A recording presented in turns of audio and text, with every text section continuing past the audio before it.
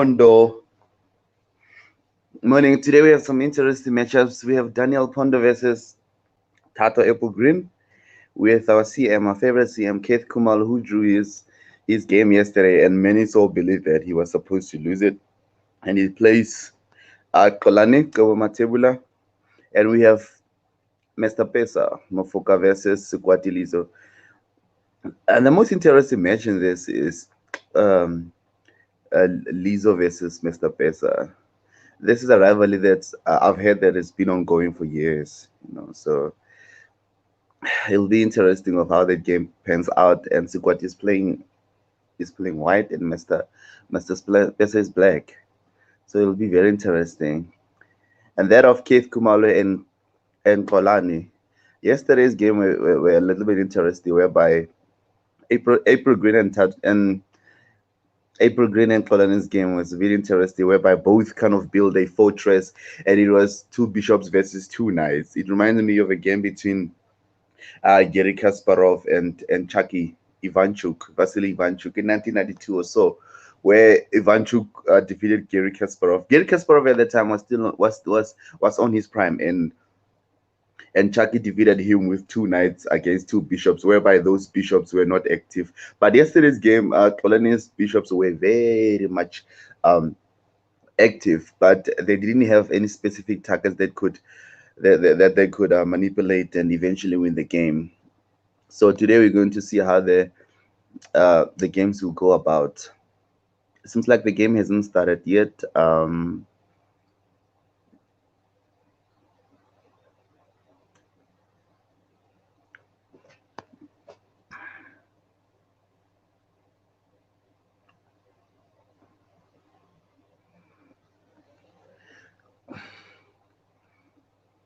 Okay, let's see what we have here.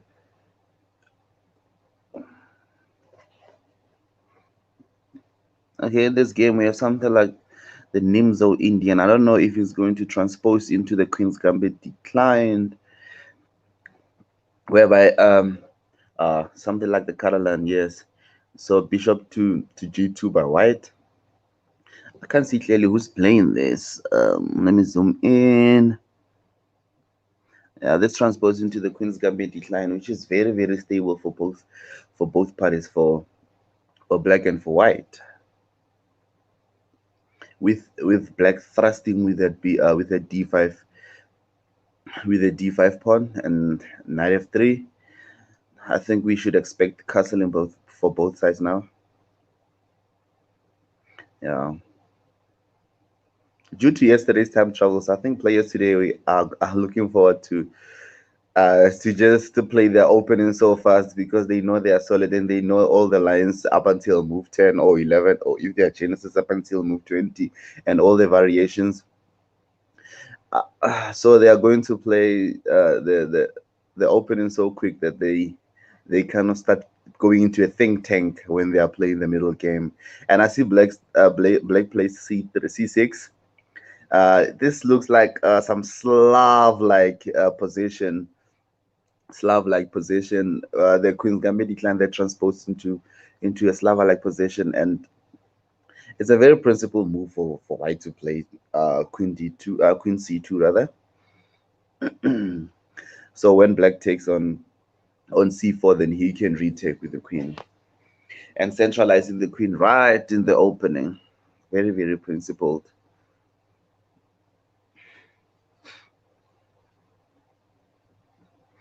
Nowadays, chess is so advanced that we see grandmaster like quality in the games that these club players are playing. So there actually not that much difference between how the grandmasters of today play in chess and how the normal players, or rather the club players, the untitled players play chess. Because with the help of the engines and the free books that are online, players tend to develop more rapidly and more quicker, as opposed to years when chess was starting out and when chess was still very young and developing. Okay, this is Daniel Ponto versus Tato.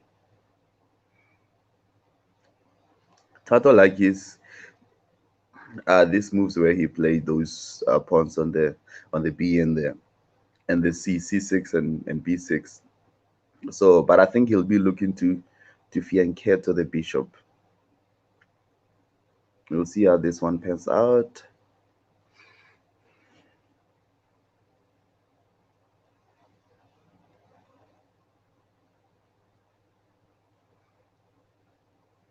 And by the way, this whole live broadcast has been sponsored by Vodacom.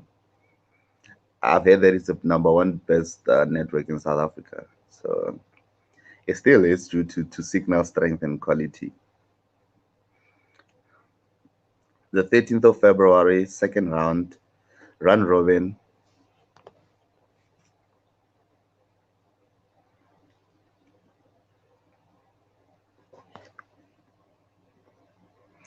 Let's see what we have in this other matchup.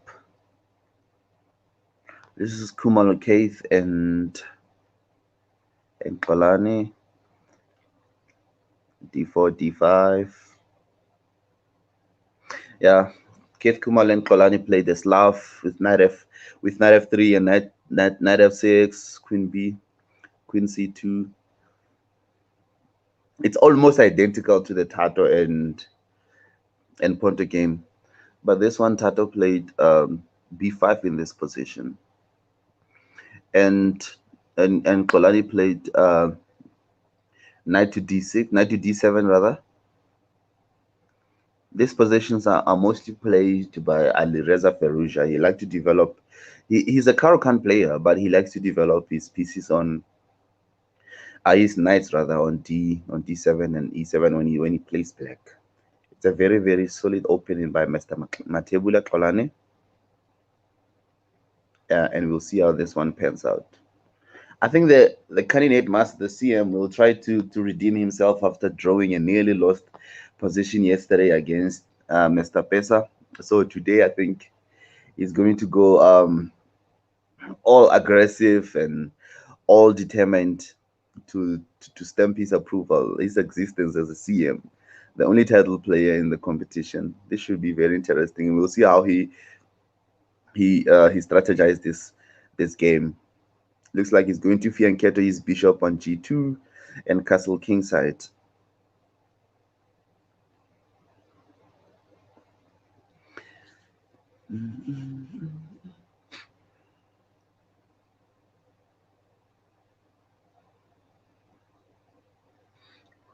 I've read somewhere that in the olden times, chess players the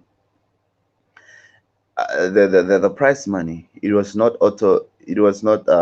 set there that the people kind of won the total prize fund, the prize money rather. What happened was they would invite you to a tournament like this type of invitational tournament. They invite you to a tournament, and afterwards they would pay you already. Like they know your rating, they know your they know your reputation as a particular chess player, so they would give you your prize money already. Like for instance, they would give Kasparov, let's say for argument's sake, they would give him something like $20,000, and they would give Karpov $10,000 to $15,000. They would give Ivanchuk how much dollars, and they give Vishwanath Anand how many dollars, and they would play a tournament. So the players didn't necessarily play it for the prize money, but they played for ego. They played for rating. They played for their position in the top 10 of the best chess players in the world. So unlike nowadays, whereby you have to win a particular tournament in order to get a certain money. So that time it was more of pure chess. It was time whereby they would play. They never really considered about money, and the so-called colluding by chess friends, whereby if me and you are from the same place, if we're going to play the same tournament and we know each other's strength, I would give you a win so you can take the overall money from the tournament, the prize money for the tournament, and we share the spoils. But that time it was nothing like that. So you'd be paid already the prize money before you started playing the actual tournament. That's very interesting. Uh,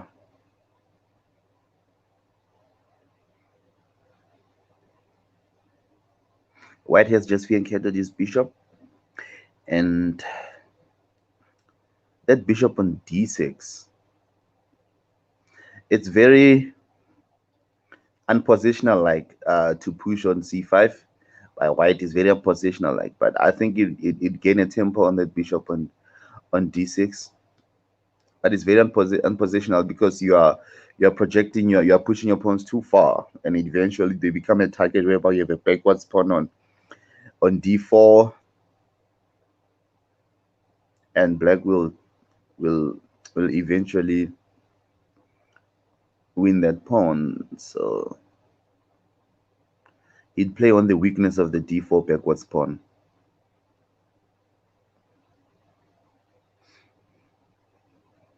And Master Matebula Xolani is contemplating on his move.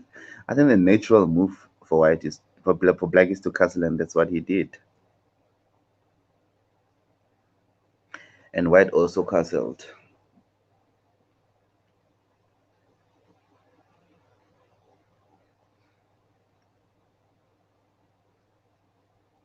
It's Saturday morning. I think players are well rested, and they're looking forward to continue the tournament. Rook d8, c3. The c3 move is actually supporting that d4. No, no, the b3 rather is supporting the c4 pawn, where black, if black ought to takes, then he can retake with the b pawn to try and support those two pawns in the center. And black thrust, he tried to play, trying to break the chain on the center, the pawn chain on the center, and white retook.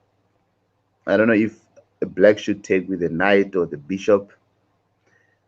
We'll see which choice does Matebula does.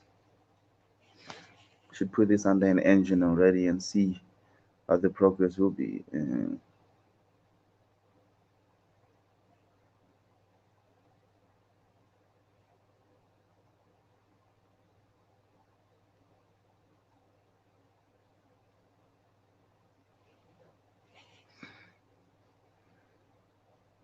Keith Kumal is just thrusting with these moves. He does not even think this. This is obviously his territorial possession. Like he looks like he knows this position by heart. That's why he does not even take a second or a moment to think. He just pushes his pawns. He just fianchetto his bishop, and he just um, consolidating on his knights and bishops, the minor pieces. And that dark square bishop, it's very, very, very strong. And I don't think he is going to exchange it with a knight on e5,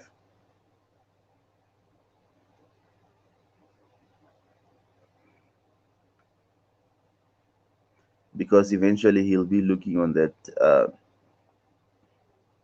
g7 square.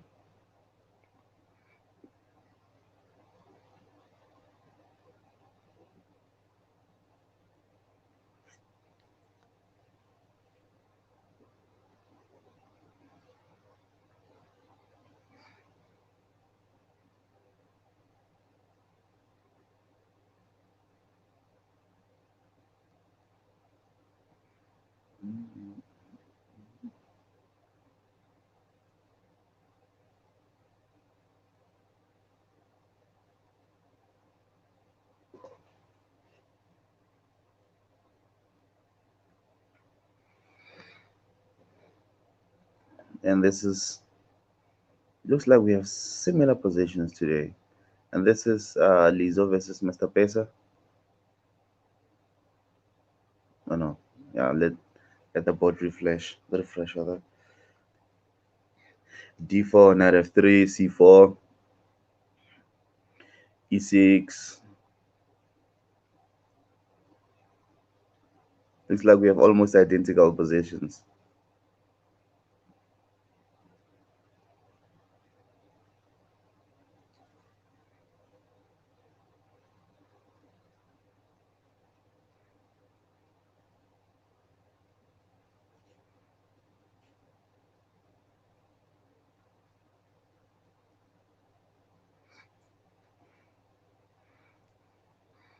Chess is very notorious, if I may put it that way, of being a very strategic game. It's like the combat of soldiers,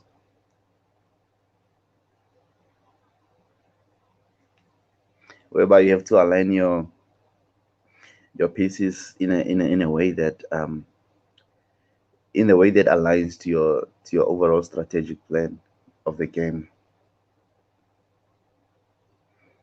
And Chicorin once said something like, a bad plan is better than a no plan at all. So you must have a plan in chess. You must have a strategy, especially on these long classical games, 60 plus whatever increment there is games. You have to have a strategic, whereby this is not necessarily a tactical contest, whereby players like display their tactical prowess in the way they play the game. This one is more of long grinding positional play, and this one was mostly liked by Anatoly Karpov. Like he was a very technical, slow grinding player. So I think Magnus Carlsen took it upon himself to read most of Karpov's and Capablanca's games. That's why he is a very like end game grinding type of a player. So these classical games, they are very in need of you to have a certain or a particular strategy on how to approach the game and how to eventually win, because it's hard for players to win on classical games, because blunders are not necessarily the nature of classical games. And then he played c6. We're still awaiting White's move. I think these players have played this game or this type of positions like a lot of time, whereby Mr. Pesa plays this type of Slav like defenses.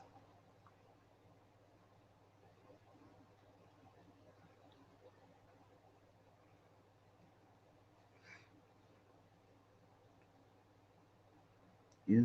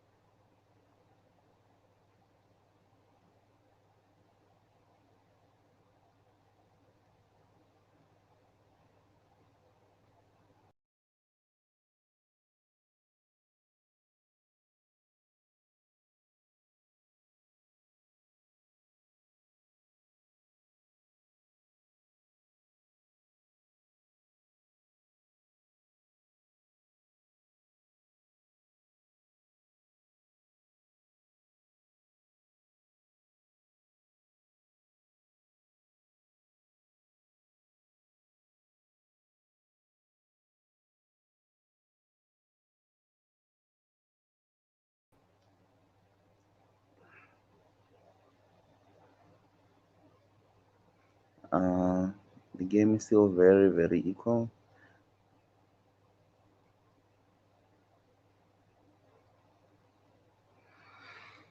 With almost number of same number of pawns. White will eventually have a pawn majority on the king side, and black will have a pawn majority on the king side. I think it's very principled for you to take with, but anyway, it depends on the type of position that you want to eventually have. If you want to have a close game, then you can take with a knight, but the move e4.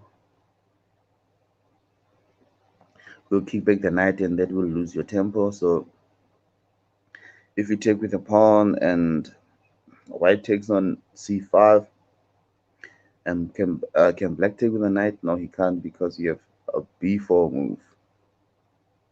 A b4 move that kind of kicks the knight. But if you kick the knight, then eventually black will have an open file on the c file, and that would terrorize the queen. And rooks on open files are very very lethal.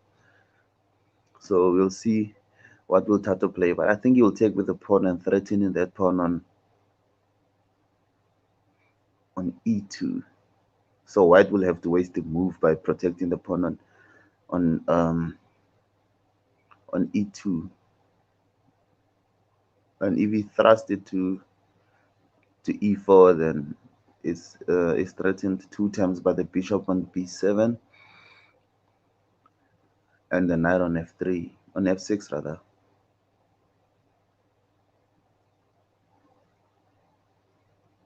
Seems like these players have studied this position loads of time because up until this moment they're engine accredited. They're very very engine accredited, very engine moves.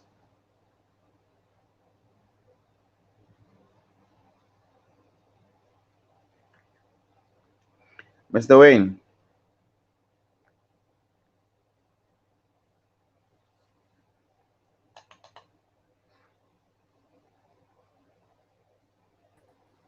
Morning, can you hear me? yeah, Money, I can hear you now. Can hear you now, Okay, loud and clear, crystal. okay. I'm good, Mr. Masa, and you? I guess alright. Ikaniklani. That's good, man. That's good. How's Your the load shedding on your side today? the network. No, the load shedding. There's no load shedding as of yet, but we'll see how the Okay. day progresses. But as of yet, there's no load shedding yet. That's why I was early today. I was in early bed that caught the fattest worm. I was here at 8 o'clock and started analyzing these games. They were most of them were Queen's Gambit Decline and the Semi Slav and whatnot. So I'm Okay. looking forward for today. Actually, it should be a nice day today. Yes, it's going to be exciting 2 rounds. See, Daniel and Tato is quite busy here already.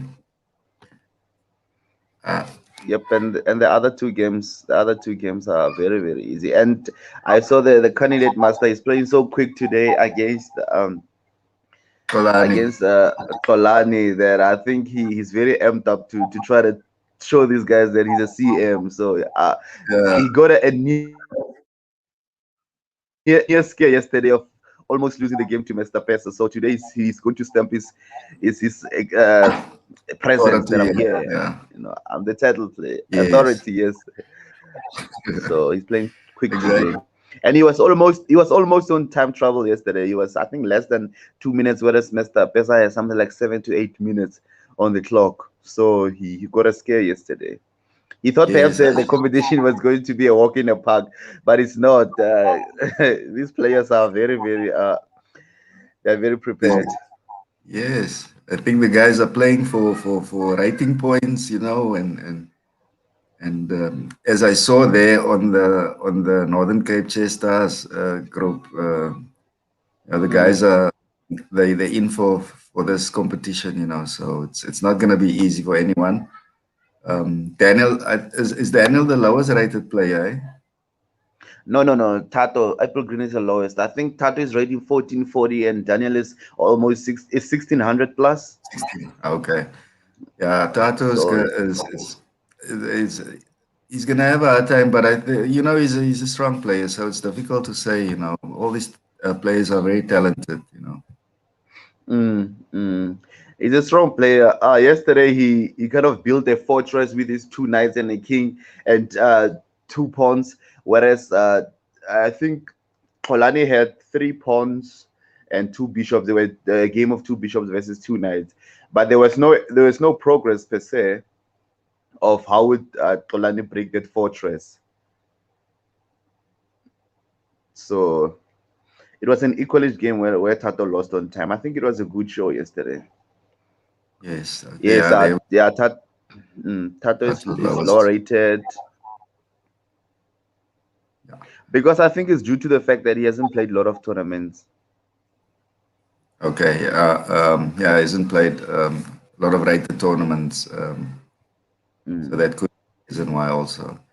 But he's very strong for that 1400 rating, so we might see it progress very quickly up to 16, 1700 the next couple of 1700, yes. And if you check these players' leeches accounts, like most of them, they are rated something like 2100, almost 22. I saw Kolani's higher rating was almost 2300 on leeches. I was like, this is very impressive. And Tato is rated easily 2100 on leeches. And Mr. Alfred is rated at something like 2000 and lately, and his peak rating was something like 21 to 2200. So they are actually strong players here. it's with leeches, it's difficult. I think like leeches gives you extra your FIDE Mm. rating, it gives you extra 200 or so. Because even me, on leeches, I'm rapid and classical. I'm 2000 basically rated there. So, um, but when you go into chess.com, you 16, 15, 1600. You know. Yep, chess.com is something different. Yeah, I think Lee Chess overrates players a lot. Like yeah, like I'm on Blitz, I'm rating 2000 and something on Lee Chess, and there's 3 minutes plus. But in actual on chess.com, I think I'm 1700. So I think that 1700 between 17 and 16 is my actual rating. Yes, Like it's I don't consider myself to be a 2000 player on Blitz. 2000. No, not yet. No, not yet. But I think, like you said, leeches it overrates players. Yes. Yeah, maybe chess.com is a truer reflection of your genuine rating. Yeah.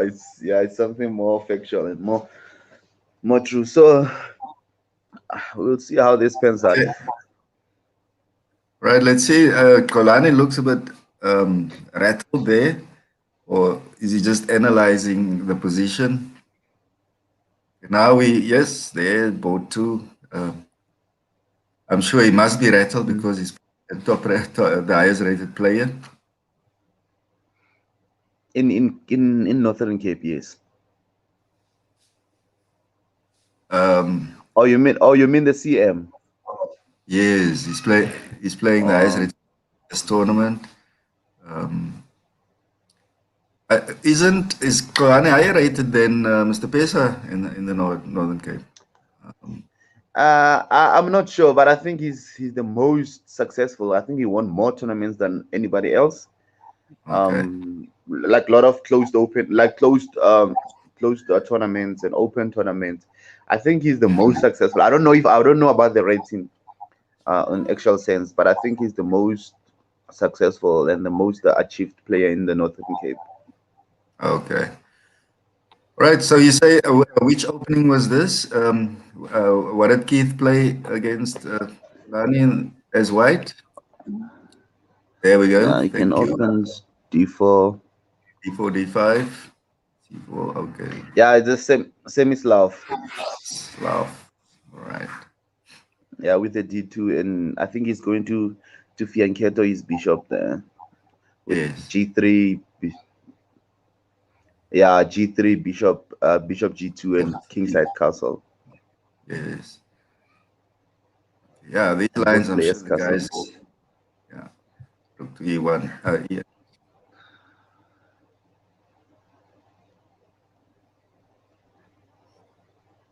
Hmm. Zero mistakes yet. Yeah. I wonder if we put this on chess.com or Lichess, what does the Okay, analysis let say? me I think it would give let. a little advantage for white due to that extra tempo of first move. But black's pieces is, but this is still, we're still in the opening line. So Mm, yeah. I think Olani will have to make a decision or whether to eliminate that knight on C4 because both the knight and the rook are taking the bishop on d6. Yes. So I think I don't know if he's going to eliminate either the f3 knight on the or the c4 knight, but he has to make a very crucial decision between those two knights. I don't know if he'll be trying to simplify the game or he'll be trying to go crazy. You know, chess players tend to go crazy in the chessboard and they play lines that are not familiar and they surprise their opponents and they eventually win the Yes. game. Just I to think that's the take most you out of the the textbook. beautiful. Yeah. Yes, sir. Yeah, take you out of the textbook. That's the best way to elaborate. Yeah. So we'll see what his decision is. Okay, let me put this.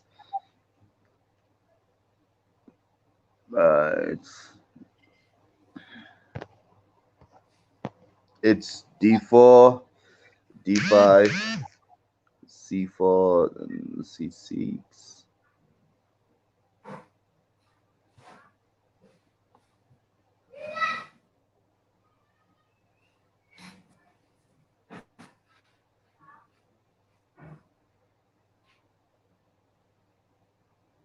Bishop.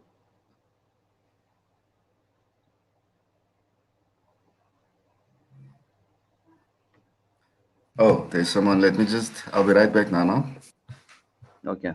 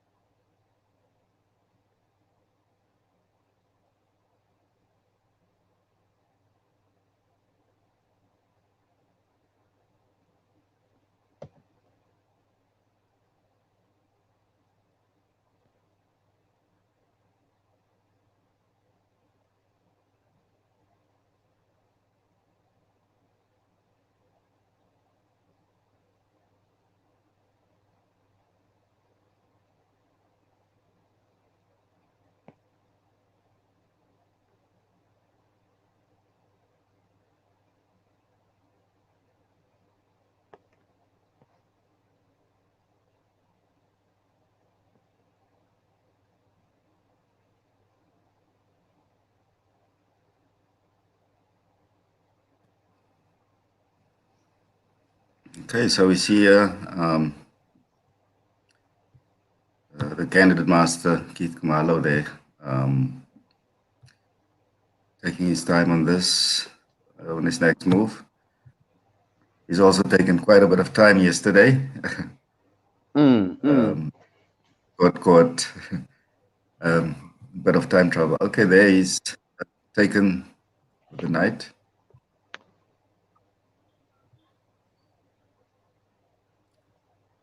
Kolani is making his moves quick. It's as if he found out yesterday Keith was running into time trouble, so he's probably putting him under that pressure today. Play for for time. Mm. For time, yeah. Because today he won on time in a very dry, almost equal game yesterday with Tato. Right, I'm trying to see what Regis. Can we maybe just you sharing your screen, right?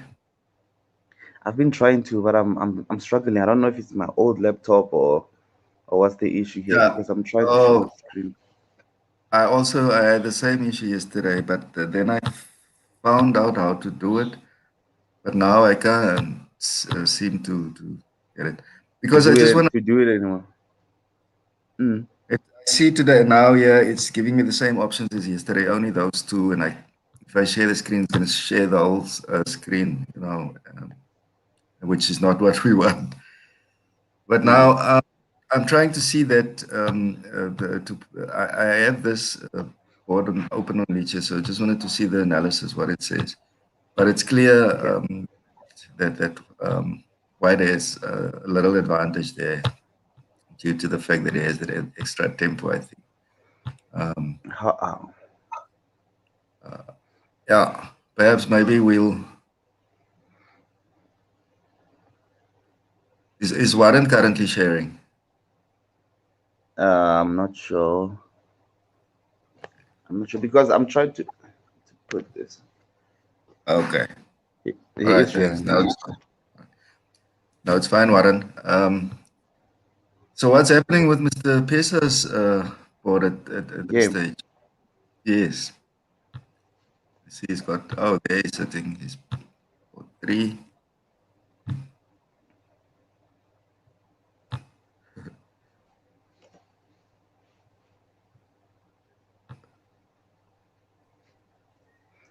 I just played knight b7. I mean, bishop b7. Ooh.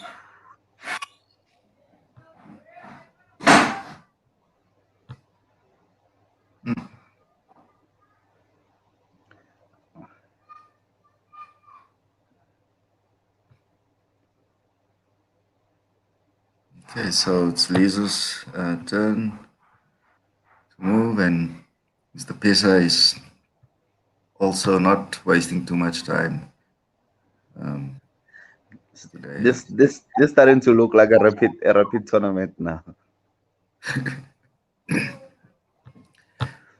But yeah, it's 12 moves, and the guys are 39 minutes left. Oh, but I mean, pardon me. Kolani from Kolani and Mr. Pesa side, they playing as if they're playing rapid. Mm. And then not on e5. It's it's very cemented there on e5 square. I think if we have to retake that with a knight, then d takes, then you have to move another knight, and he plays something like f4, and that pawn is protected there, and it's very in your territory. I think this knight is very nice on e5. Yes, yes, it's always if you have your knights up in your Mm. opponent's territory, then it's always a headache, to deal with that knight. So I would know. I just want to get rid of that knight whenever I can. Because I remember, like I was telling the story of Vasily Ivanchuk and Gary Kasparov. They played this other night. They say it's actually Vasily Ivanchuk's immortal game. That is his best game. He played it against Gary Kasparov, and he exchanged his bishops for knights. And it was two knights versus two bishops, and those bishops were so close that Gary couldn't do anything with a bishop, and the knight were so active. They were, I think, on the sixth and the seventh rank, and it was Yes, just a crazy game that eventually Kasparov lost. It was, I think, 1992 or something. Eventually, he lost the game, and he was so furious. Most of the chess players, especially these top chess players, they don't want to lose game. They get so infuriated that they start throwing yes, things around, and they say, "Guess Gary Kasparov like stomped out of the room and started walking and not talking to anyone because he lost to Vasily Ivanchuk in less than 25 moves, and he was on his peak that time. He was still a world champion, and he was almost like 50 rating points above everyone else. yes. Um, I don't know. I can't remember last year's online FIDE online. What was it? The countries I can't remember. Oh, the online Olympiad last year. Was it Oh last year? yeah, the Olympiads. Yeah, it was last year, the Olympiads. South Africa Ivanchuk played against Daniel Barish from Cape Town, and they lost. Mm. Yeah, yeah, I remember the game. Yeah, it was quite interesting to see that Super GM losing against one of our own players. Yeah. Of own players. Yeah, and I think it's Peter Leko. I think Peter Leko once lost to I am Watukovese. Okay. And Peter, yeah, like was a strong player. Yeah, super GM. Man. I think at one stage he was number 4 in the world.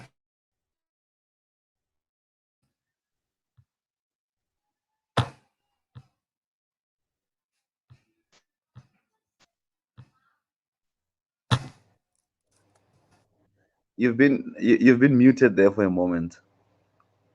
I was a, um, I was about to say the same to you because you were talking and then there was no sound coming out. The audio Maybe was bad. Jordan had muted us. Yes, but one. Um, I can hear you. Like I said, that it again happened with Ayam Watukovese. He once beat Peter Leko on a classical game. I don't know if it was the Olympiads or something. So Ayam Watukovese once beat Peter Leko. we have talented players here in South Africa. If we can just nurture it, the guys can definitely produce some good players. And last year, I think the year before last, 2019, we were at Jubilee Park and Levon Aronian came. It was the SAGCC, a junior championships in South Africa. So we had Jubilee Park and we started playing blitz with Levon Aroni, and I played him and he bank rated me. I mean bank mated me. So bank rank mated me. So it was very.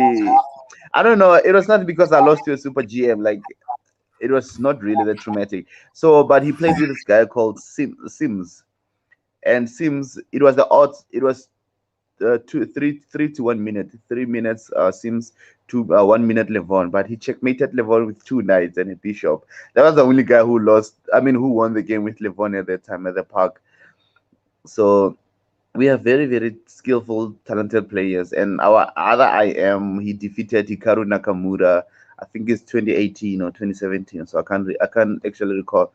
So we have very talented players in South Africa. It's just that we haven't got that exposure to play this Grandmaster tournament, so we can be exposed to the level of their play. We can be exposed to the feeling and the whole experience. So I think that's the one thing that's holding us back. Yes. Could that be the reason that only the Grandmaster Kenny Solomon has moved to Italy?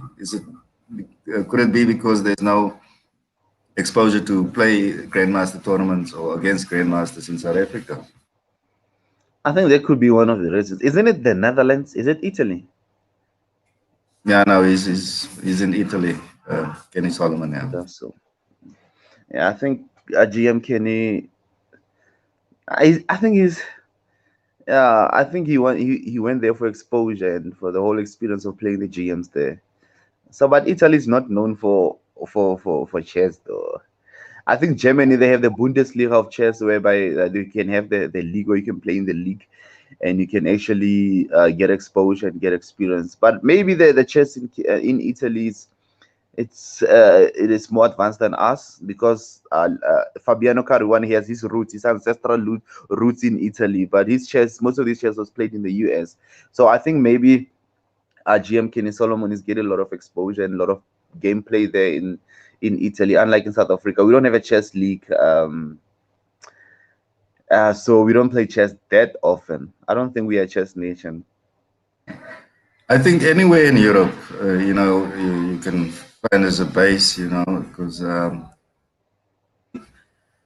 you're close to most of Europe, so it's just up on a train, then you go Mm, to the next country in the tournament.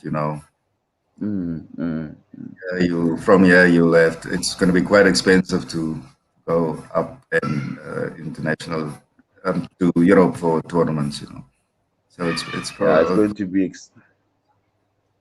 it's very very it's going to be very experienced. I mean, expensive. So, but if ever I would choose to go and play overseas, I'll choose Germany. There's a guy called Blue Bomb. He just came through. He's one of the top grandmasters. He was playing one of the Athens Masters. He's good. It's also from Germany. So mm, it's the Bundesliga that they got there. That it's kind of like train players, and um, everybody's starting to get like a lot of elo ratings and a lot of gameplay, and they are nice trainers in Europe too. We just saw Tato Knight to played the movie The Night Back, Night to Knight A8. A8. Hmm. I think he wants to reroute it to C7. C7, yeah, and then um, my yeah, Then no, and then C7, I think. E6, Yeah, C7, then E6. it's possible, yeah. Yeah, talking about Germany, I think you might survive there because I heard your Afrikaans earlier on, and German is very close to Afrikaans. Ja, ik So kan Afrikaans praten natuurlijk. Ik praat Afrikaans. I've been in the Northern Cape for I think for 9 years now, so I've caught the language. And I was in Springbok too, and in Springbok, the Namako chess it's actually it's also very very active there. So we used to play a lot of tournaments at Namako chess. So that's where mhm. I my Afrikaans got a little bit developed. So I'm not that Okay. well vexed in Afrikaans, but I can hold a decent conversation with it. Okay. Yeah. Now I see Daniel is F4, not F4. so it's definitely um, you know about the E6 square there. I think. It's the battle of the E6. Yeah. No. German, it's very close to Afrikaans. I was fortunate enough I am fortunate enough to be able to speak a bit of German. Um, Yeah, that's nice. it's just to say to show you how close to Afrikaans it is. In Afrikaans, you would say maybe talking about the weather here. I would say ek wil nie oor alles kla nie, maar die weer is sleg. Mm, Now, if mm. in German, it's ik mag nou wel eens klagen, maar het wetter is slecht. And you see, it's very close Yeah, it's very close on the tongue. It's to very, Afrikaans, very yeah. and I think in German they say hond, and in Afrikaans they say hond. It means the same thing. It means a dog. Yeah, So I yeah, only know no. one. I only know one German word, which is mefuge, or is it mefug or something like that, uh, addressing to yeah. So I think it's the battle of the E6 square. But isn't that knight on F4 misplaced a bit though? Because as the game progresses, I think the knight is a little bit out of play. The white's knight on F4 because it can be kicked away easily.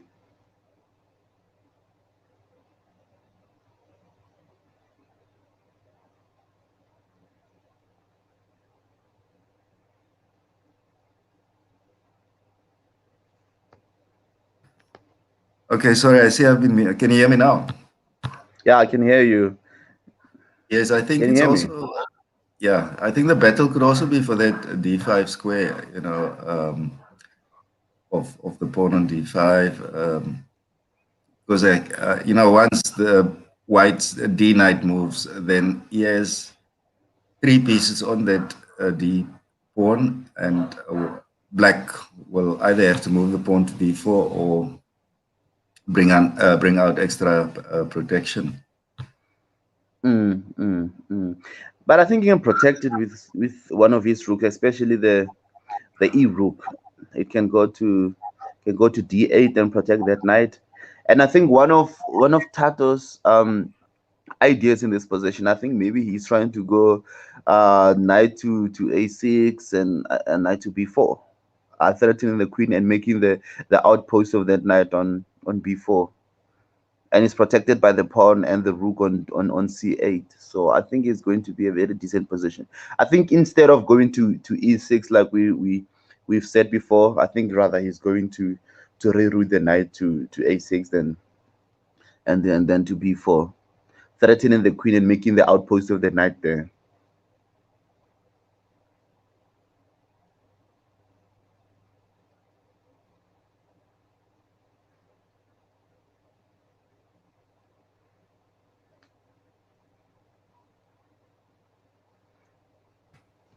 Pardon. Hello, This yes. So, sorry. can you hear me?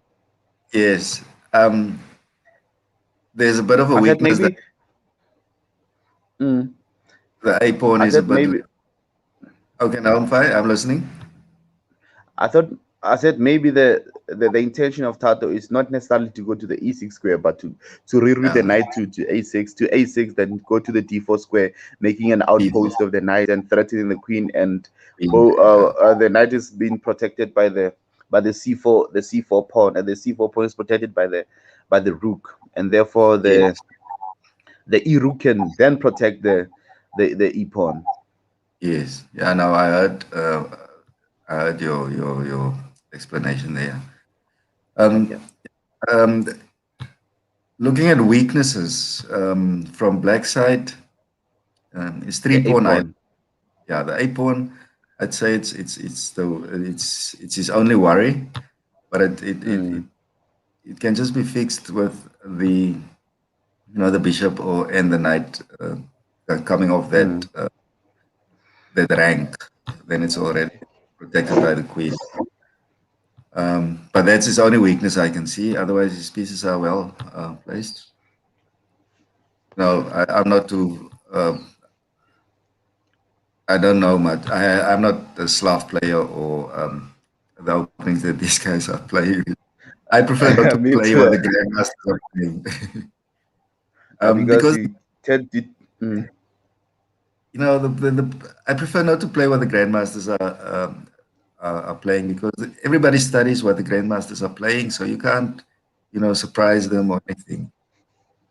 nope, you'll be crushed so easily because they'll be recalling all the moves that the grandmaster played yesterday. So then you you tend to win to lose the game so easily, and you'll be wondering why.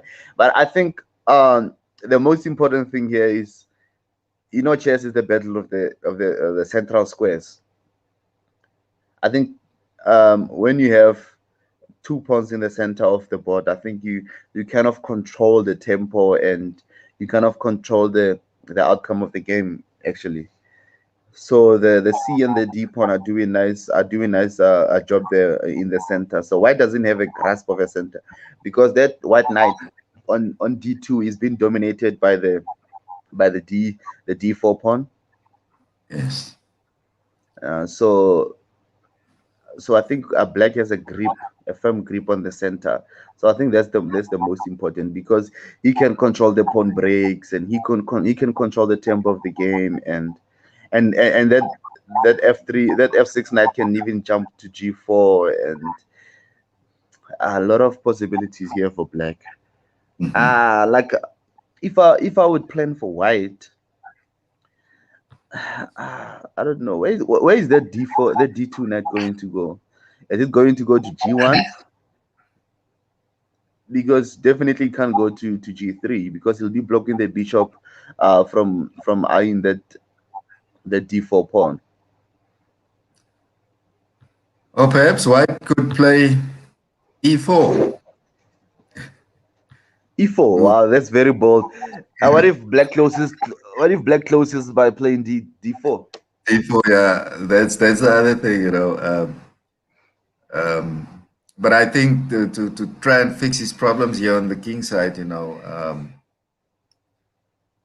bold move mm, of it's yeah, but then creating a passed pawn, it's going to be a lot of mm, you're problems. creating you're creating a passport, and it's going to be protected, by either by rook or any other minor piece.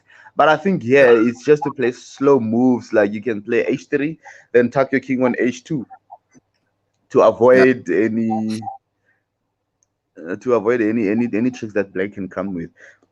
The yes. king on h2, like play h3 to control the knight on f3, because the knight can jump on g4 and try to cause some chaos there. So I think, but I think the move e4 is very decent, because if you push on d4, then the rook is unprotected on b7. The bishop. The bishop rather is unprotected Yeah, on b7. yes. Um, But either way, black can play something slow, like knight to a6, knight to a6. Then afterwards you can thrust with d4. Then d4 move is Yeah. it's always there. So Um, yes, it's. I think to stop d4 before pushing e4 is mm, maybe to bring the d rook to c1. Because once mm-hmm, he pushes d4, then get two pieces on that c's pawn that's been protected by the queen only. Because then black's priority would be to try and first get rid of the knight. Um, yeah, I think then he will play what you were saying, knight a6, to create another protection for that c pawn. Um, mm, and afterwards he's going to knight b4, threatening the queen, and the queen yeah, rook battery is no longer there. You have to move the queen again, and your whole intentions just falls through. yes. So But I think pushing e4 and if that follows with d4, then all of a sudden the queen has some comes into play because then the queen can go to c4. mm, Queen goes to c4 with the threat of knight g6. c4, knight g6. Oh, with the threat of taking the queen on e7. Trying to get, yeah. Now I play Whoa, 5. Okay, so this is the way to get whoa. to into play. Like if we were to take the queens off the board, who do you think can win this endgame like position? Like Uh, which pieces would you prefer if we were to remove the queens off the board? I prefer black. Me too. I'll prefer black. Those C and D pawns. Yeah, and also because black's pieces are more in sync. Mm, White, mm, they're not complementing each other currently. mm. Yeah, it's still going. It's Ah, still about the d5 pawn. You can see the queen on f5 is now another attack on that d5 pawn. So we could see, but there's also three pieces protecting that pawn. But now the problem that black faces is once this, if white moves the d2 to f1, then he will have to bring one of these rooks also in to protect the d pawn the because pawn. Mm. But what is the most active plan for black? Don't you think that maybe he can play something like Queen e5 and try to exchange the queens?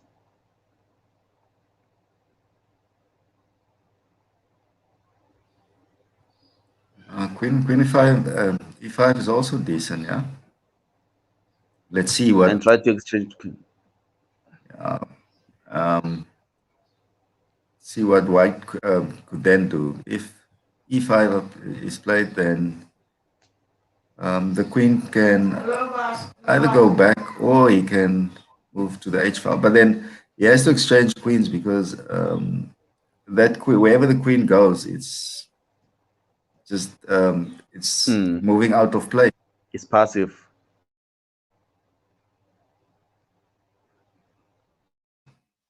And that could be the plan: exchange queens or move the queen out of the game by moving to squares where he's not involved.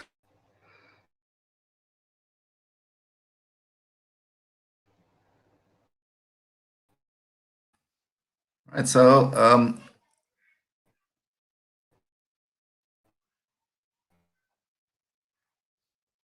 No results from the other boards as yet. Okay. Okay, the CM against Mr. Wins, can you X. hear me? Yes, I can hear you, Mr. Ramasa. Oh yeah, my network was acting up again. So, oh, this is Kolani and Kate game. Yes. You know, they call Kolani X.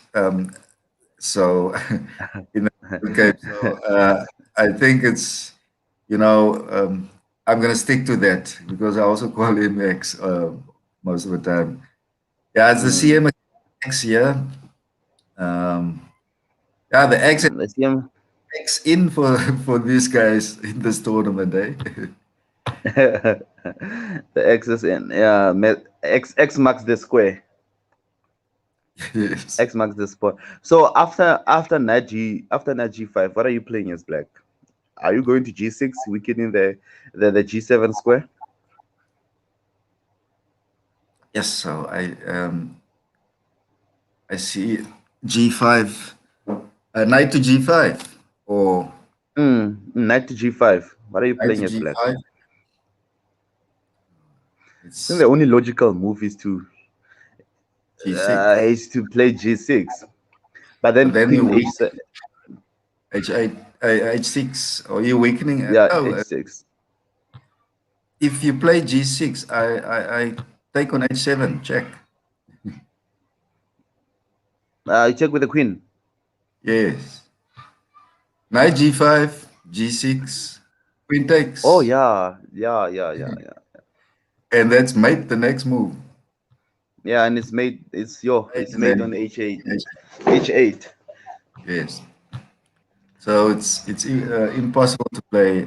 Maybe H6 would be better um, when knight G5 comes. You know, instead of G6, H6 would try and get the knight Yeah, away.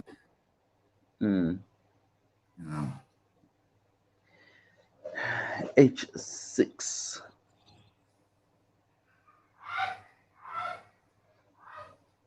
but So I wonder what are the intentions of the GM now? CM. From CM, sorry, from the uh, CM. but to be honest, I think Keith has a lot of potential to become GM. So Easily, he's still young. He's good yeah, playing, and him and there's another guy called Banele Mahango. Anele, Those yeah, guys play some. They play some tremendous chess. These guys are on another level. So him and yes, Banele, they are easily GMs. They are going to yes, be GMs. definitely. Yeah, these guys are tough. You know, they're strong. But I'm still. I would suggest for them to go to, I think maybe something like Egypt. Egypt, they are very good in producing GMs and these youngsters. They are Mm, easily trained and easily developed in Egypt. Like Egypt okay, is number one in Africa in almost all formats of chess and even mhm, junior. Egypt is the best. So okay. I think Banele in individual youth championships, I think he once scored something like the second in Africa or the third, something between those lines. And those two or the one before him were Egyptians. Yes, okay. And we have Basim, Amin Basim, and we have a lot of GMs from Egypt. So Egypt are very good with chess. Egyptians are very Yes, good with chess. yes. No, I agree. Definitely. It's difficult I can't understand what the CM is thinking about It's fine. because um, for me it looks knight G5 best move. But maybe he's trying to see after knight G5, then you play H6. Then what's the follow up? Are you taking the bishop there, having uh, a bishop pair in the end game, or what? Or maybe he's thinking about moving a pawn to E5 and exchanging the rooks. Then afterwards, then he can bring the knight to G5 and exchange a knight for a bishop. Then in the end game, he's good.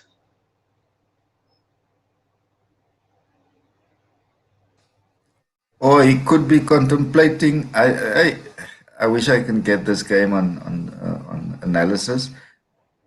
Okay, there plays d3, rook to d3. Rook to d3.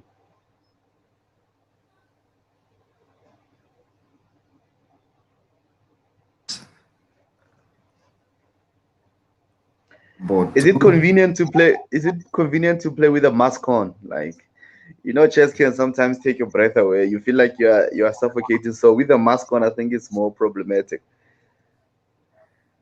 I think in a tournament like this, to keep your opponent guessing, a mask on is probably better. It- Because what, you hide your expressions. exactly, you don't want him to know that that was so. Mm. Okay, rook Talking d3, and about talking about Kalani quickly replies with g6. That could be because queen h6. where do you go afterwards? Queen h6. Okay, then he goes queen f8. Remember that threat of knight g5, queen. Mm. There we Yeah, go. and the Queen CM does go. Yeah, he go.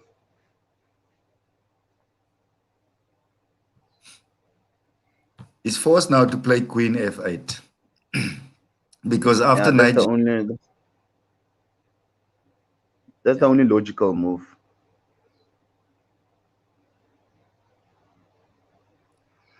Yeah, I think queen f8 holds. yeah. Um,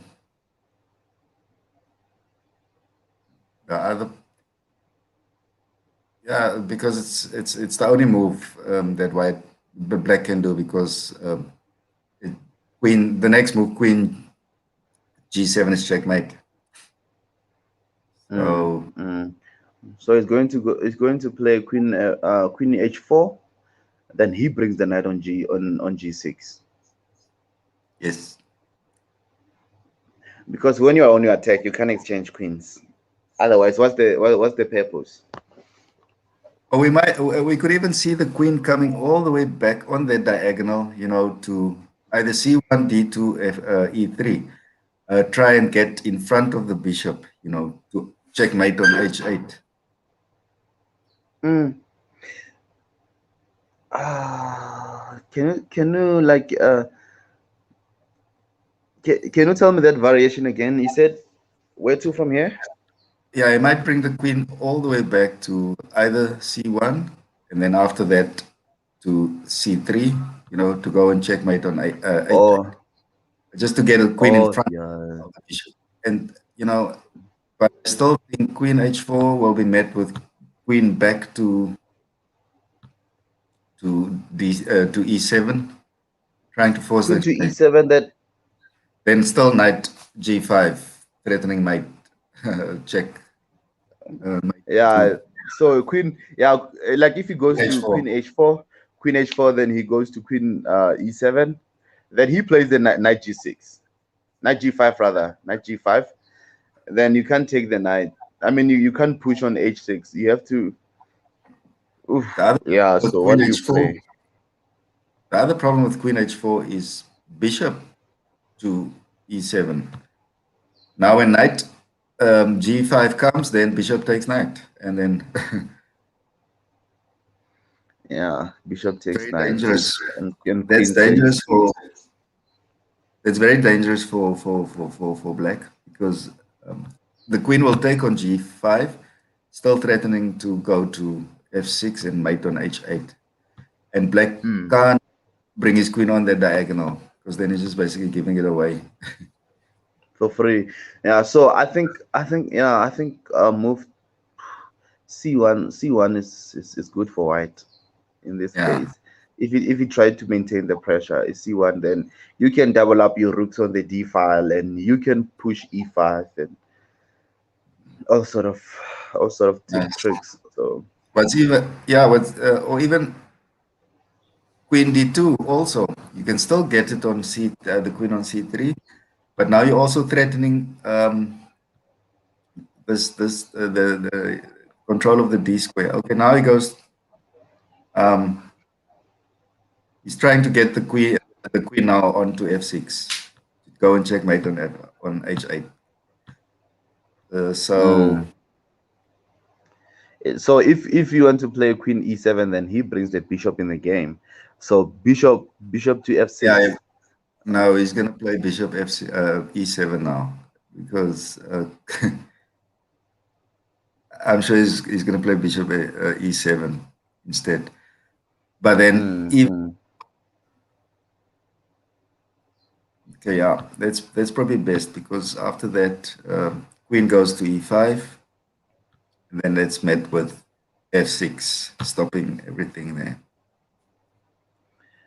So, but instead, if you play bishop E7, then he plays bishop G6. Then you exchange the bishop. How are you getting that queen out of the F6 square?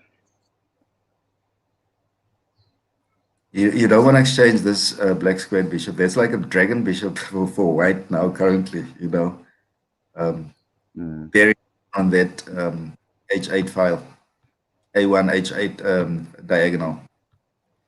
No, so you don't want to exchange But the net. Mm, because if the bishops are off the board, then your queen is on the wrong side of the board. You need him on the h file to threaten that mate. So it's going to take a few moves to get him back on there, and then you still need to get knight g5 in. okay, so if I'm black, then I play a bishop E7, threatening the queen. Are you aware that your rook on D3 is unprotected? It's also yeah. But now, you So know, you'll have to retract with the move. It's either queen to E3 or queen D2 to try I'll to still, protect both the. I will still play queen e5 because I'm threatening mate on. So you can take the rook. I'm threatening mate on h8. Yeah, yeah. So mate is better than a rook. Yeah, but then if you play f6, then after that to stop the mate, then then queen comes down to protect the rook, on and C on yeah, C3. Yeah. yes, and still the knight can go to g5 because you can't take with the f pawn. It's mate on h8. So now you get, Well, you see, and you're also attacking the white square, the e6 bishop. So mm. it's variations that both guys actually have, yeah. But I'd prefer to play white in this position. It's very advantageous to play white. Okay, let me quickly put this on an engine and see what you can get out of this. Okay, I think it's it's not an gonna give engine. white a 1 point something. Okay, let's queen. Yeah,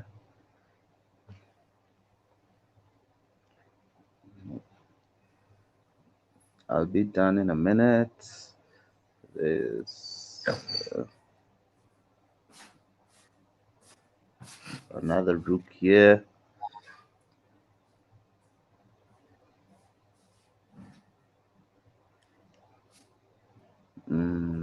Two bishops.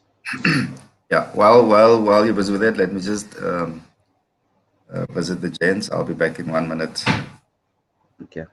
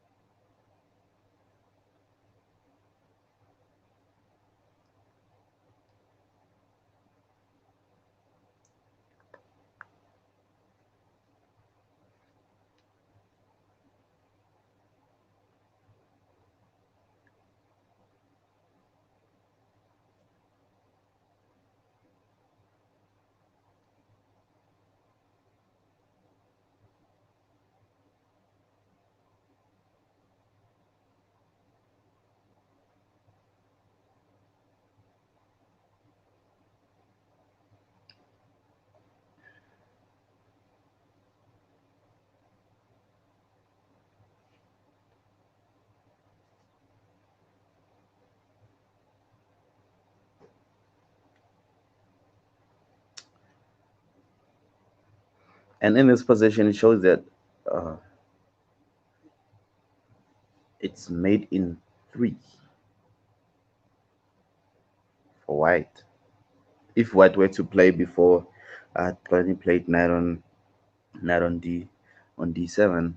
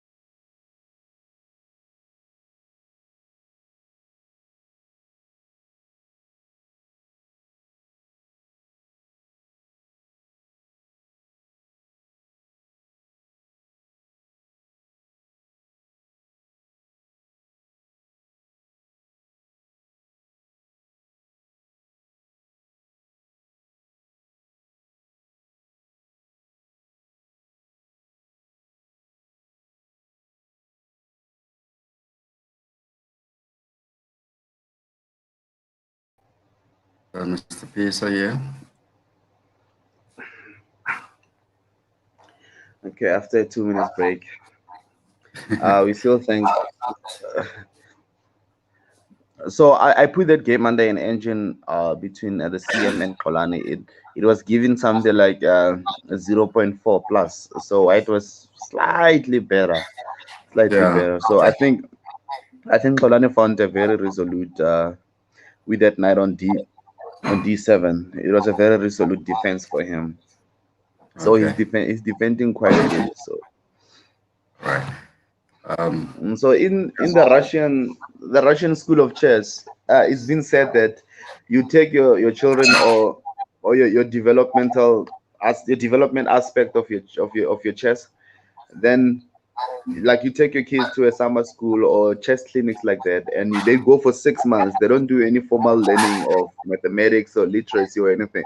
So they'll go to a Yeah. chess school for 6 months, and in each period of their classes, you have a chess tutor or chess teacher for Sicilian, a chess teacher for Catalan, a chess teacher for the Caracan. So someone would come to a class and start teaching you all the variations of the Caracan. And after 2 hours or so, you get a chess lesson of, let's say, the Queen's Gambit declined, or the Slav, the semi-Slav, or the King Indian's defense, or the Queen Indian's attack.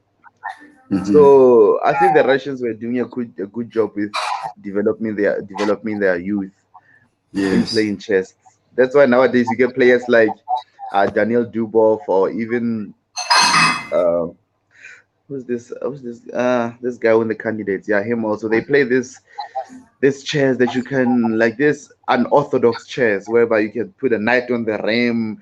And I mean, they are breaking the rules of chess of how we know them, but they still Yeah. winning the game anyway. So Yeah. the Russians did a good job with their chess. Yeah. Yeah. They play new lines.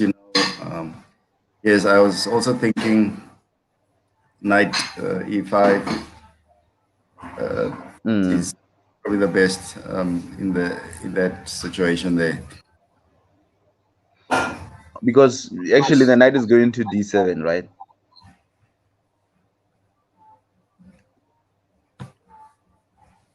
Yeah, knight goes to d7. But I think the threat is here for I Taking think the knight on yeah. H5. So the knight is going to be forced back to f6 and stopping the knight d7 threat. Oh yeah. Mm. Mm.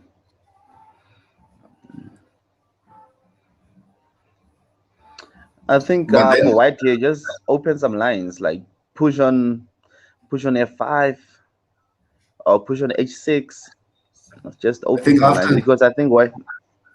Mm. I think after knight f6, the best would be pushing g4, the threat of g5, getting rid of that knight on f6. So black will be forced Oh back yeah, to h6. yeah. So if you push on G4, then he push on F6. So your knight Yeah. also has to be on the run.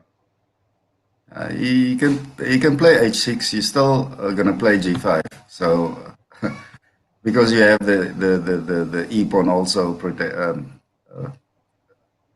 taking on g5. So Yeah, yeah, yeah. So problem it's is from now on, problem is it's gonna knight be F6. yes. Yeah, knight So f6. from here, knight F6, then he pushes on G4, then he push on F6, then threatening your knight, and you still push on G6, right? He can't push on f6 because the knight is there. So he'll play It's on. protected. Yeah, Then he's gonna play h6. yeah. So this threat of pushing on G4 is actually a quite dangerous one, Yeah. because that knight on E5 is planted there.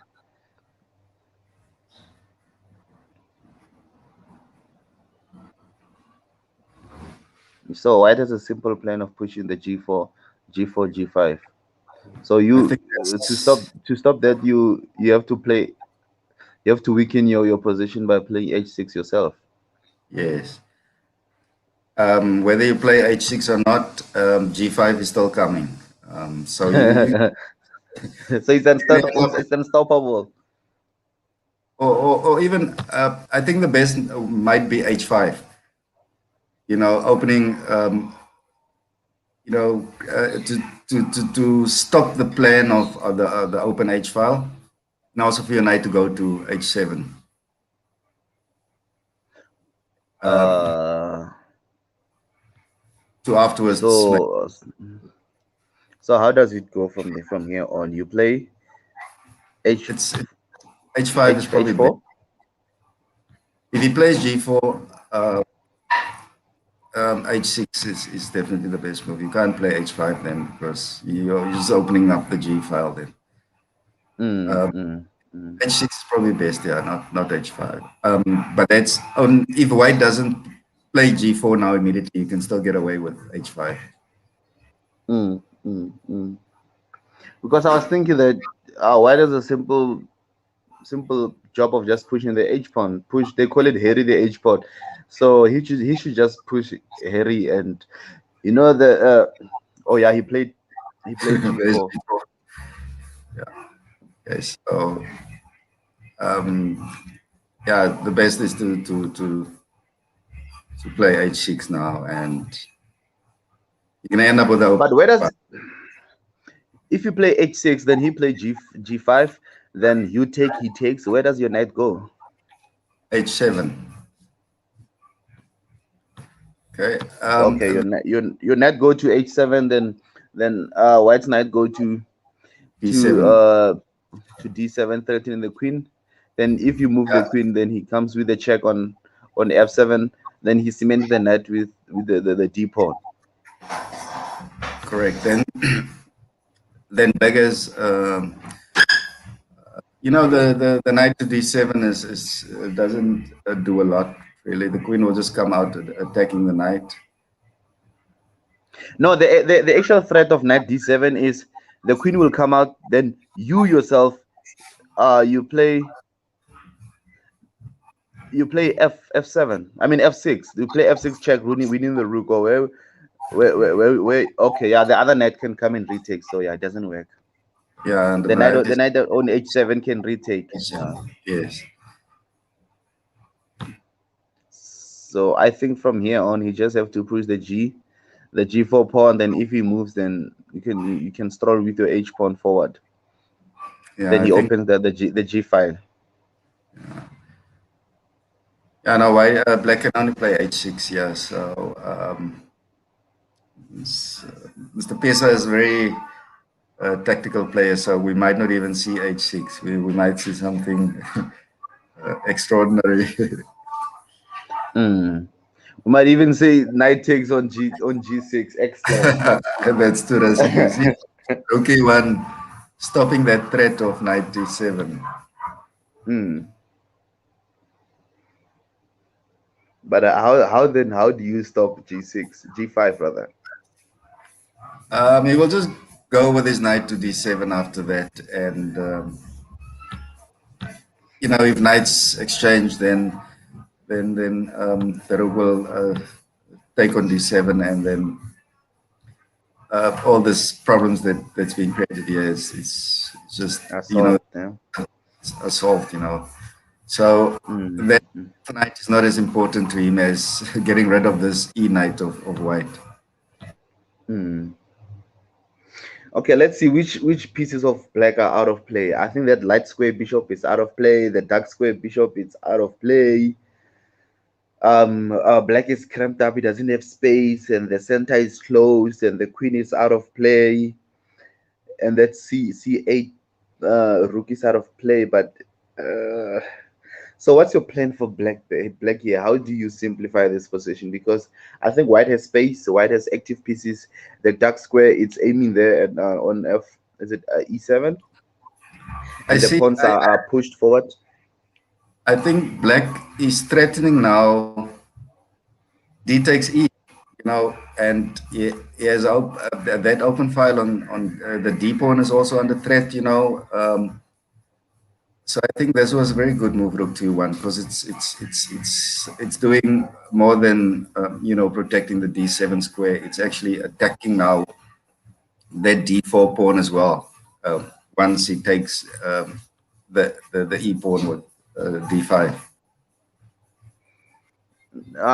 White can easily take, you take the e pawn, then he takes with the knight, and the Uh, pawn is protected by the rook. I'm saying D takes E, um, Knight takes e, knight takes E, knight takes, bishop takes, and then bishop takes.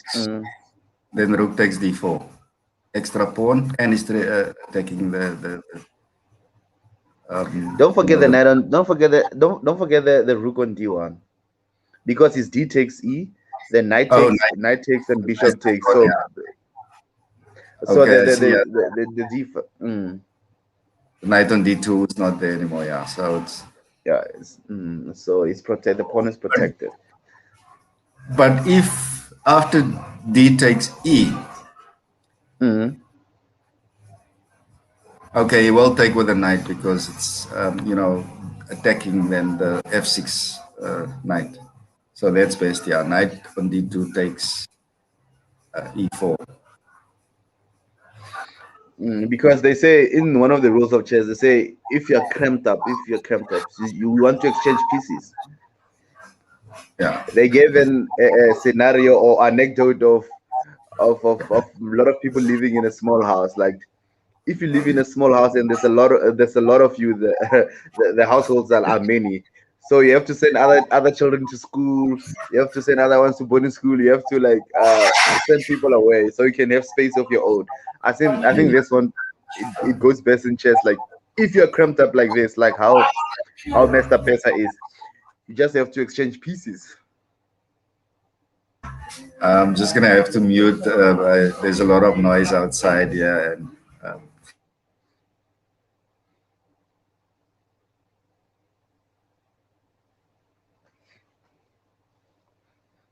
uh G5.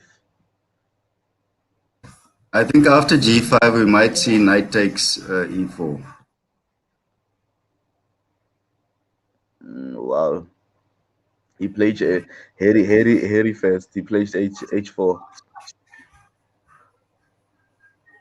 Um, so he's still thinking about H5. Yeah. Mm.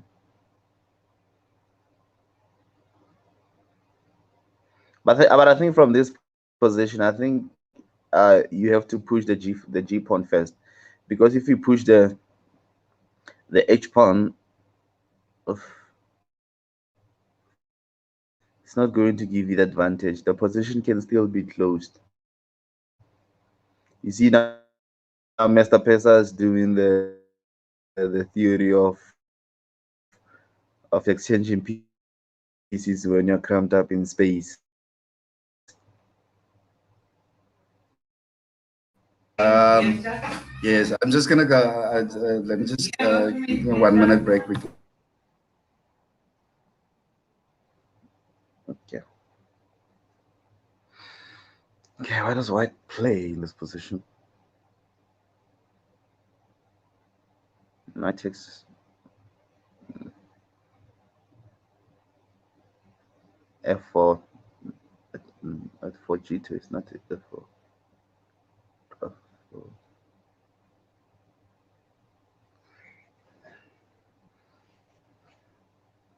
Yes, have to resort to an angel on this one. Um,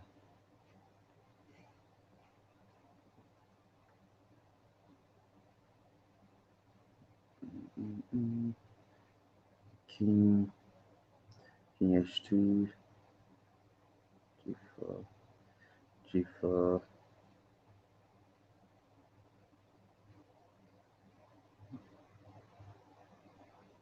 4, queen c2, bishop a3, rook d1,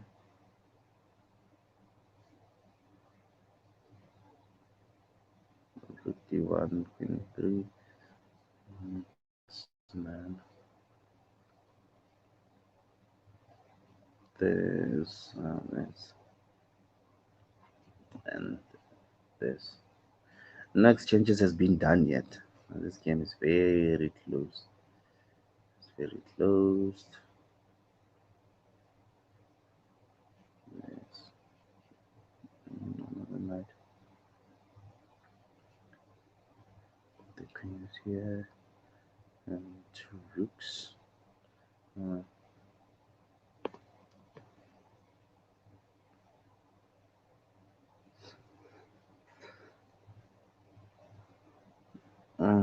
Tato versus Daniel.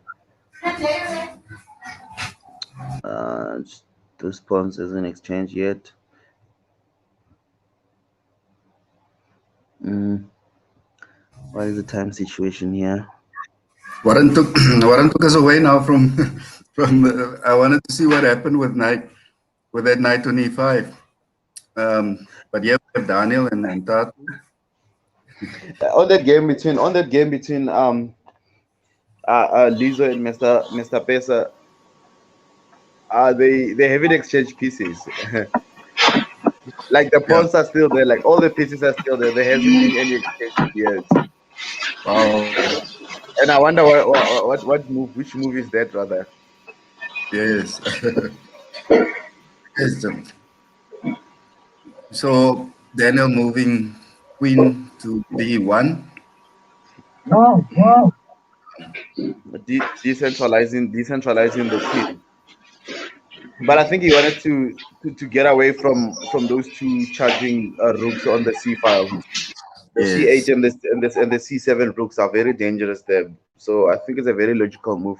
But the queen is out of play when it's on d1. Like, what are the queen's targets? Like, it doesn't protect the king. It doesn't aim at anything. I think the knight So will go to. The knights need to get into sync. You know, these two knights, same file like this doesn't do much. The knight, the e3 knight was on f4, if I'm correct. it was.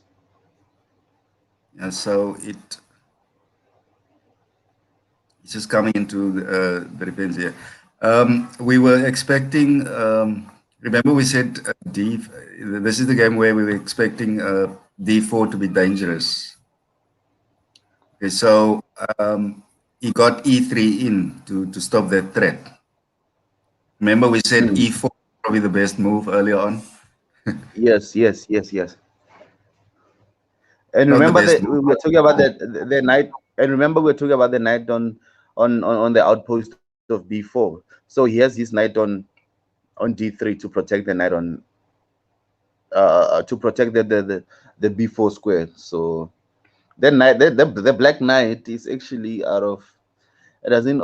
It's not in play also, but I think as time goes by, it will get in play. But nowadays, and I mean now, it's out of play. Otherwise, where does the black knight on a6 going? And now we see queen d6. Queen d6. What is the intention of that?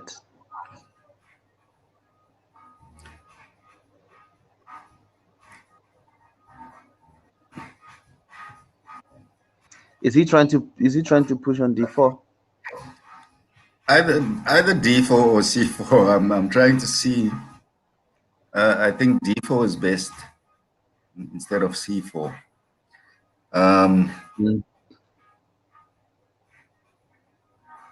D4 can be met with bishop takes. Bishop takes, then rook takes. And then e4. That's dangerous. Okay, Yes, let's have a second or to thank our sponsors. We like to thank Vodacom and our other main sponsor, which is the National Lotto Commission, for enabling the tournament like this. yes. So he played bishop to g3, aiming at that knight on c8.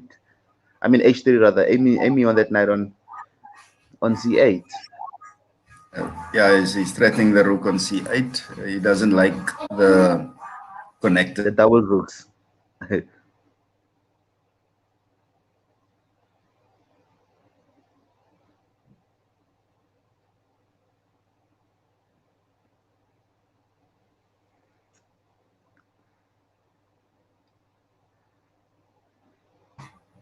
Sorry, I think that rook might The also d file, d8 square. You know, mm, perhaps white is doing black a favor here, because now he's using, the he's giving him an extra tempo by getting more pieces onto the d yeah, square where he wants to push the d pawn. D4, yeah, the D4 pawn. There was this other game that me and actually Tato we were analyzing. It was between and Kasparov. I can't recall his opponent at that time. So Kasparov exchanged I mean, he sacrificed the exchange on C7, but the opponent was so cramped up that he had two rooks, but he couldn't do anything with it. And when the arbiter passed the game, he asked Kasparov that, you know that rooks are better than minor pieces, right?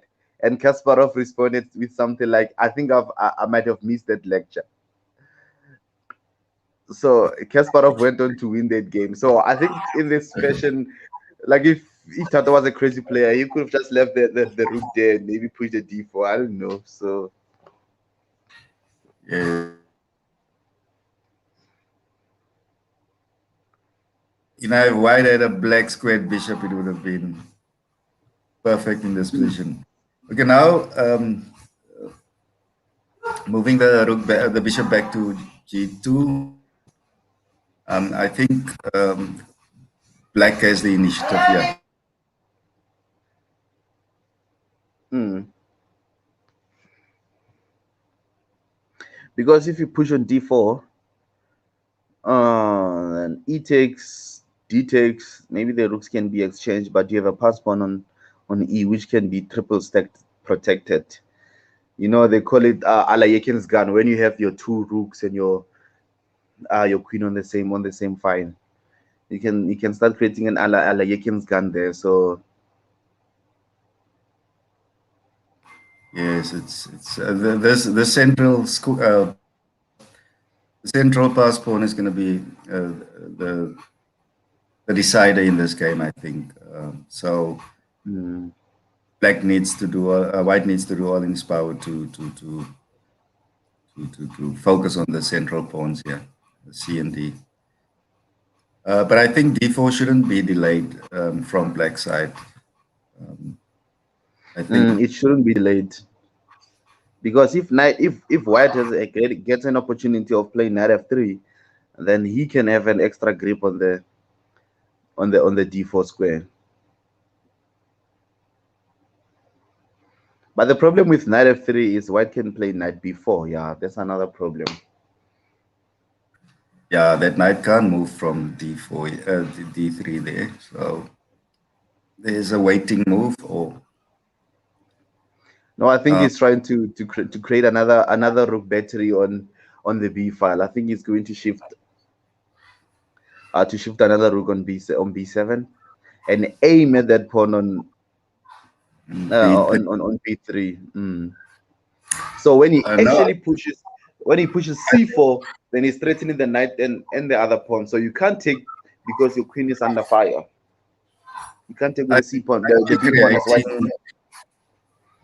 Mm. I think it's to do what you said earlier on knight to b4, because the knight now has protection there in the form of the rook on b8.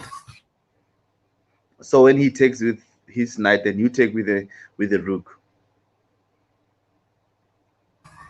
Then after that, he can double up rooks and even bring the queen in. Yeah, and creating Alekin's gun. And this b3 pawn is a backwards pawn for white. It's a very, very backwards pawn. And backwards pawn are very, very hard to defend or even impossible sometimes because the opponent sees that as an easy vulnerable target, and they always aim at it because that b3 pawn is a very, very backwards pawn. Like if you Black is create an also Alekin, Black is also threatening c4 here, which is also a good move. Pawn to Mm. c4.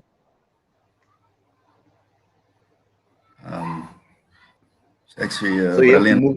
So you pawn to c4, then you move your knight, and he takes with the rook on b3 instead of taking with another pawn. He takes with the rook, threatening your queen. If the queen runs away, then he creates a rook battery on the b file. That b3 Then he pawn is still protected by the knight on e2. So I can't. I don't think he will take with the rook. Or oh yeah, I he'll didn't take with a I pawn. overlooked that, like. I think he will take with a pawn, or he will. He might even push. Okay, now he's stopping. I think even after c4, he might have pushed c3. But anyway, queen to d2, c2, which I think Yeah, is. you still push c2. Yeah. I mean So I mean you still push c4. I think we'll see a knight to b4 now, threatening the queen, and then knights exchanged. The rook takes on b4, and then he can double up the rooks on the b file. Mm. White then has to bring in his rooks to the b file, and then the central pawns can push on this side, because then there's no protection On the a file. in the center, because all the rooks need to protect the b pawn. So somewhere along the line, he has to decide which way to let go. I think knight Mm. b4 in the situation, but we could see something like a So pawn. let's analyze when he does pushes c4. Then he pushes c4, white takes with the b pawn, then d crosses c. Nah, but I think it doesn't give anything for black. The c4 does not give anything for black. Yeah, he needs to push d4. C4 doesn't, it is, well, I think C4 is just giving away the tension that he created. Yeah. Tension. Doesn't yield anything for white. So what? h4, h6, h5. H5, yeah. The threat of knight to G5. I think that knight on G4 will be a big problem, because once D4 is pushed, and the queen ends up on that diagonal, he has a problem on F2 eventually. Mm. So black is actually creating problems for white on all Both sides of the sides of the board. board. Uh, So he has to decide. Like I said earlier on, he will have to decide where to let go, and which side is more eventually. important to protect. Mm. But with knight Because g4, it's met with h3 anyway. So right, yeah, you h5. remember, you remember, you remember earlier on, I wanted white to play h5, then he plays king to h2 because he doesn't have a dark square bishop. So the queen is a bit safe there. But with this h2, he has actually weakened the g4 square. When the knight can easily jump to there. Exactly. He's now given the knight free space there to move to g4. Because f3 is just going to be, I don't know, it's going to create problems for white. Open king side. Already you have tension on the queen side. So it's Mm, I would prefer to be black in the situation. Also, mm. looking at the time, black is 26, double the amount of minutes than white. Okay. So how can white counter attack here? Is there any moves that gives white a counter attack? White's problems is with this too. Now, I think then the knight must just go to f3, and then try maybe go to g5 and the queen, get the queen into play at some stage. But currently And it's since defending. well the white doesn't have since well white doesn't have a dark square, why can't you push f4? Then you can play the knight on f3 because that f4 can give knight an almost an outpost on e5. Then you can place your knight there on e5. I don't know, something active, because I think white is playing too passive at this moment. Push f4, uh knight to f3. Knight Knight can e4, come to. f5, yeah. So Yeah, I would try to try and make your opponent think also, but about, or make him stop the attack. Yeah, it's possible f4 could be a good move, but it's very risky because once d4 is pushed, um, the white king is very open. See, if you play f4. it's very risky, but you can't sit there and wait for your opponent to slowly suffocate you. So you have to come with the actual active plan. Yeah, Because what does white plays? f4. I'm black. I play d4 immediately. F4, D4. Uh, After d4, if I'm white, I take, I I play take on f4. A7. Yeah, you play Uh, E4 to close the position. But I gave you a first, pass pawn on the D file. I think first take the bishop on a8 and then play f4, Mm, and play, yeah, F4. threatening that pawn there on e4. It's very risky, but it's at least creating counterplay for white. Now in this position, white can just play maybe knight to F4.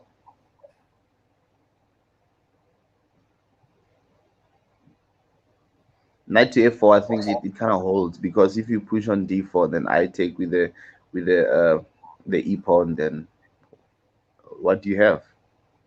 That's black.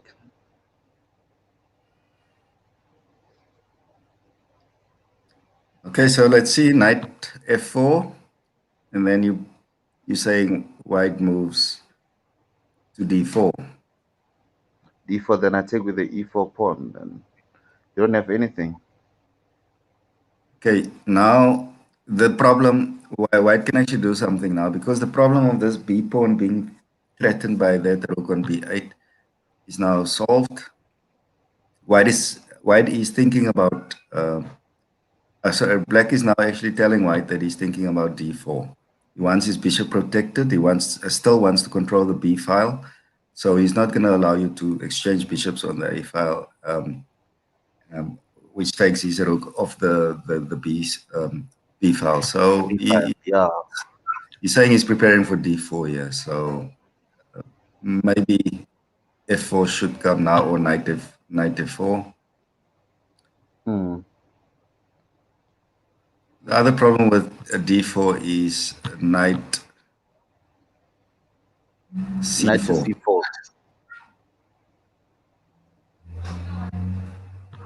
and then both knights controlling the e5 square. Some Yes, and counterplay.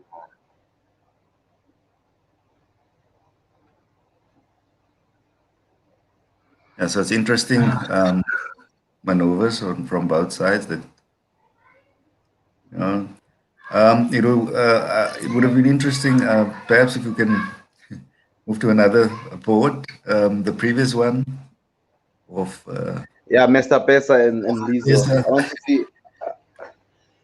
and if we can go back to that position where it was last time with the last move, knight to d7.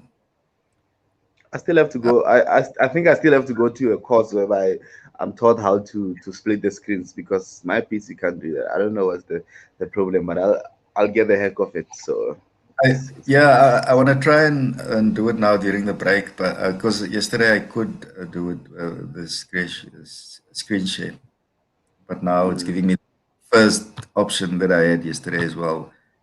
So yeah, it's not, you don't have to go for a course to. It's just the the simple mouse click. yeah, it's the, I think it's the way where you, it doesn't allow you, you have to go through Google to enter StreamYard. So it's just a StreamYard, a specific way to do it. To do. It's not Okay. a train smash really, So because on that note, we Warren is very busy there, so to expect him to also control the screen share on this side is a bit too much. so we'd like to thank Vodacom and the Lotto National Commission for sponsoring the show on a nice Valentine's weekend, but there's no love over the board. Okay, So he Daniel played is done. the night at four. He's done that. He's played knight a4. I think we'll see d4 now. D4, knight C4.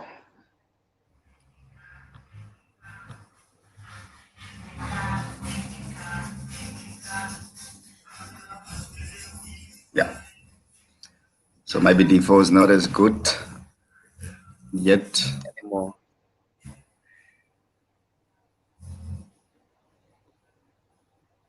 What if that bishop maneuver was actually to go to to bishop C8 to C8 with it and I think try to that's. control the diagonal. I think this diagonal, the long diagonal, is more important than the C8 H3 one because he doesn't have any pieces on there, and where will the bishop go? No, No, afterwards the bishop can go to G4. but that's an outpost for the knight. C8, G4. I think that's that outpost is for the knight there on G4. I think the Mm, knight is more effective than the bishop on G4. yeah. So anyway, what is the bishop aiming there on that? So On the long diagonal where it is now. no. I was talking about Oh, the variation that I've C8. just given. That doesn't aim at Yeah. anything. So this one is more. Yes. It's more busy. It's a I, busy road than the other one. yeah. So, but I I think think that why can't I he think double up the rooks? I think the next move we'll see from black side will be knight b4 because that d knight is now out of the way. He can attack the queen on this side. Um, but knight b4 could also be helping white in the sense that he's now giving the queen chance to maneuver. The queen might end up back on f5 again. Mm, yeah, end up on f5. Then he plays bishop. Then the bishop becomes more effective when he has to go uh to c8. You know. I think after b5, after queen f5, g6 is forced. Um, Why g6? Why can't he just play bishop c8? bishop c8 um, will Queen be met f5, with bishop c8. queen. It will be met with queen to g or yeah, queen to g5, I think, and then taking the h pawn. G6 is basically to get rid of a queen there as well as protecting the h pawn because white has two pieces now on the h pawn if the queen is on f5. Yeah, you can lose the pawn on the H file is black, but you are more active on the center. Like the queen will be out of play. Like in chess, you have to create weaknesses, even though sometimes you sacrifice material, like to sacrifice the H pawn. I mean, it's good compensation for what you could possibly get in the center. Like for instance, is Queen F5, then Bishop C8, then you have to move. I don't know if it's to G5 or so. Then Mm. the knight can take on the H file. It doesn't matter. The other knight recaptures, but the most critical part of this game is on the center here. Why a Yeah. black will keep on the center, because otherwise, how do you checkmate him with only the queen on the H file? You have to move the pawn, and it's going to be slow. It's going to lose 10 pieces on that. But anyway, Yeah. that's how I could play it as a more aggressive player. But these guys are more solid, and they don't want to give any weaknesses away. So G6 will be better,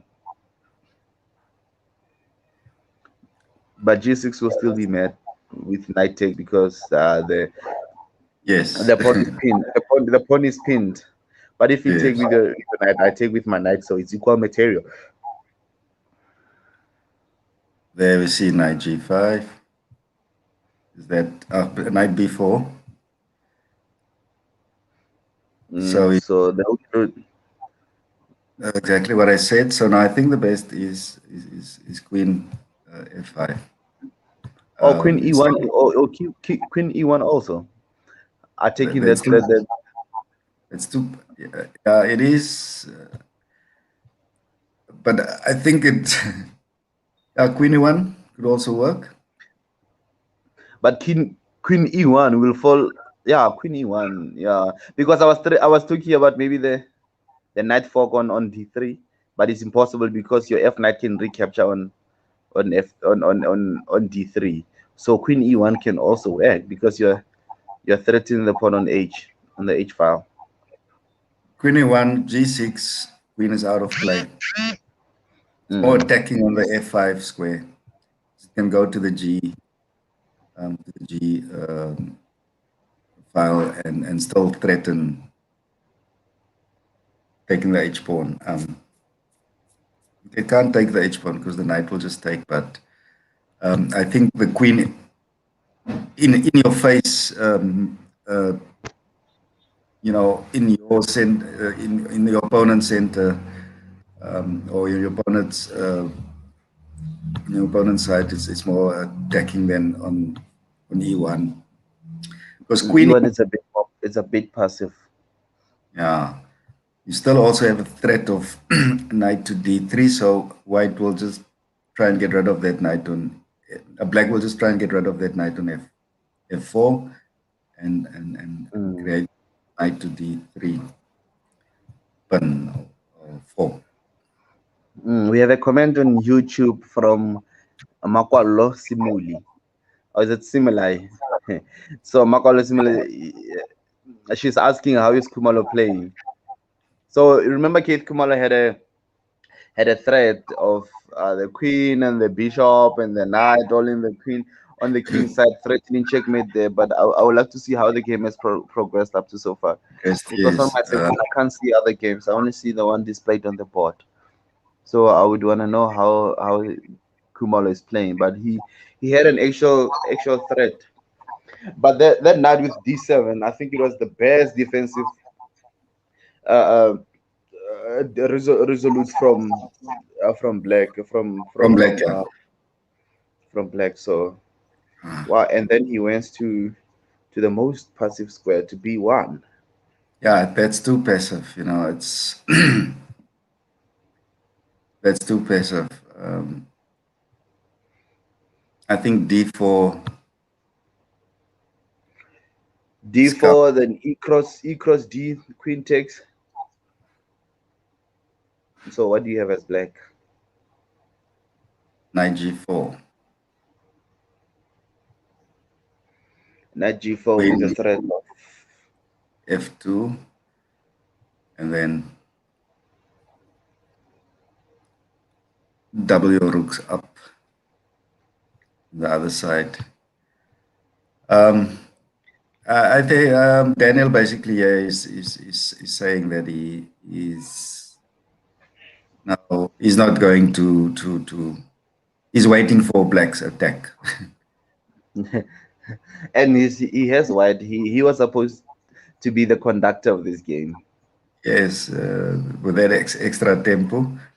But some What is guys, it? What is it? Mm. pardon. What is the time situation? Is 17 minutes and 9 minutes. Yes, but I think still d4 can't be played as yet because you still have the knight c4 threat, and then where's the queen going? Okay, the queen is gonna end up passive somewhere, the black queen. So I don't think he will place d4 as yet. Mm. But as black, I would want to do something with my b7, with my light square bishop. I mean, why can't I place it on a6? It's the same as placing it on on c8. But you play if he places No, on no, no, no, no, no. I mean a6. Yeah, the light square bishop on a6. if he puts it on i6, he's telling black that he's thinking about c4. You know, which is another possibility. I'm trying to look at other moves for black here, but I don't see the I don't see a very attacking move besides d4. But still, d4 is it's going to create problems for his queen to go where. Because I was thinking with the move of bishop to a6, you can double up the queens. Oh, now he has shifted the rook to the e file. The rook on the e file. I don't understand. Is he thinking about knight e4? Okay, we see white playing rook to d1.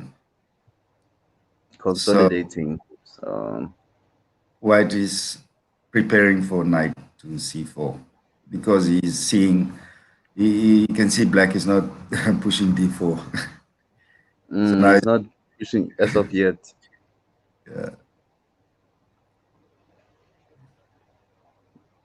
Mm, mm, mm. Daniel is defensively attacking. You could say it like that. He's sneakily attacking.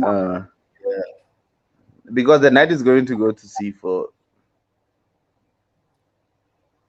and But then where does it go after that? If the queen is moving out of the D file, where does the knight go from c4 to a5? let me see. It will depend on where the queen goes. Yeah, but anyway, I was thinking about maybe the pawn on d5 is vulnerable, but it's protected with two knights and a bishop, so that pawn is heavily protected. So I think you can go to c c4. Then yeah, it doesn't have any destiny, so I think it's useless for you to play the knight c4. on c4. Unless I think maybe white was planning on, or maybe thrusting with a4, with e4 rather. I'm also looking But at that now. the e4 move, Yeah, it's. I don't think it's it so doesn't yield wide. anything for white. Mm, doesn't yield anything for white. So this is um,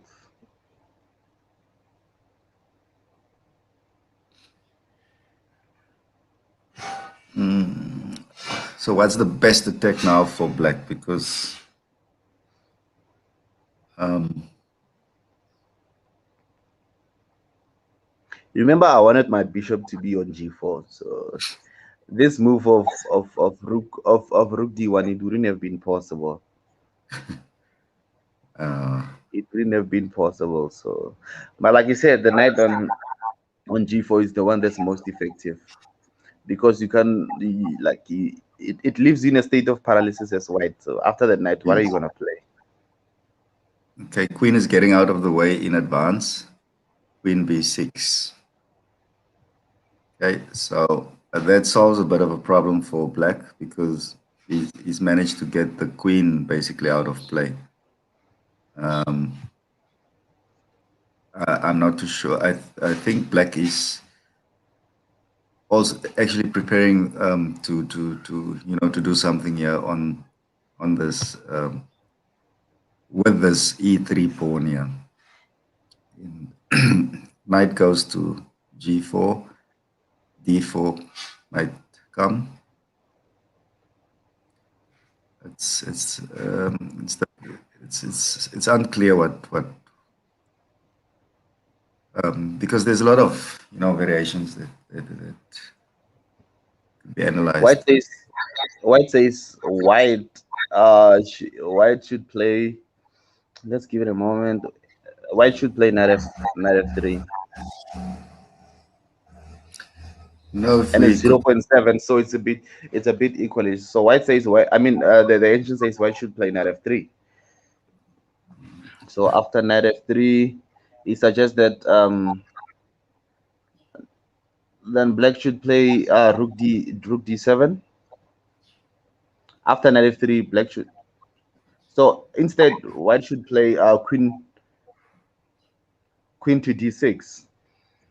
Then afterwards, that knight can play knight g6, knight g5 rather, and black should then play uh d6. I mean g6.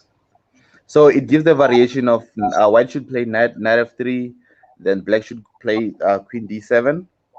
Then afterwards, the other knight, which was on f3, can go to g6 as white, something more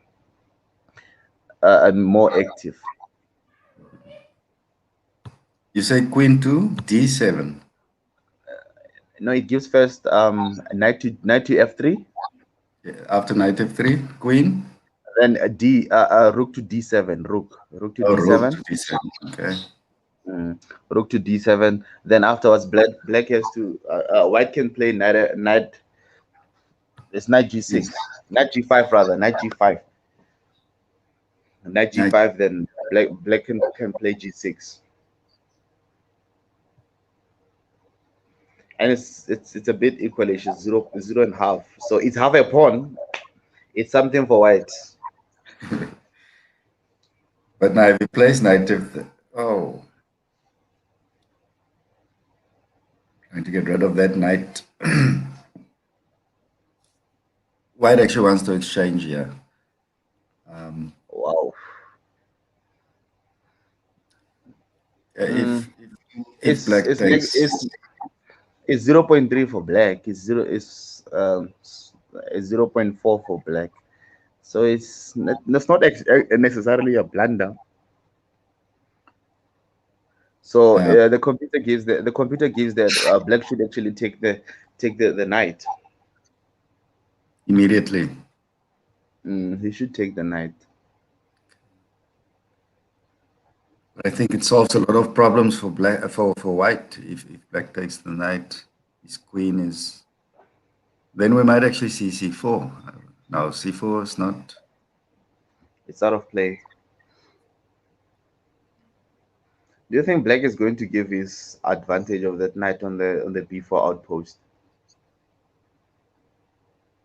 I think it's forced because otherwise knight can only go to a5 if he doesn't want to lose the c pawn. So it's probably best to And it just and it, ca- change. and it and it can't even go to c6 even. No, c6 he loses the pawn. Yeah, Mm. he loses the c pawn, so he has to go to a6 or exchange. And the knights on the rim are brim, so you don't want to go Um, the ideal. You don't want to go to a6. what about c4 now? Okay. Nope. At knight on e2, you have the knight and the rook on that. And you only have the rook on there. So best move, knight takes Knight queen. c4.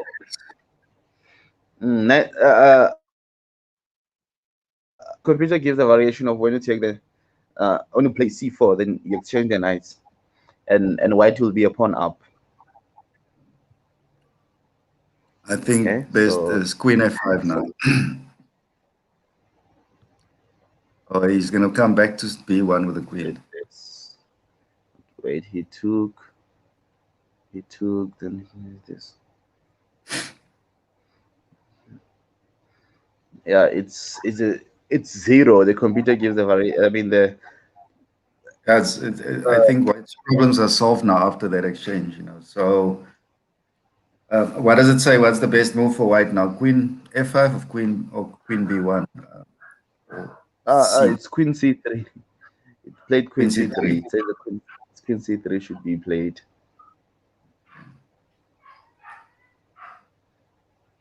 I think the determining factor in this game will be time.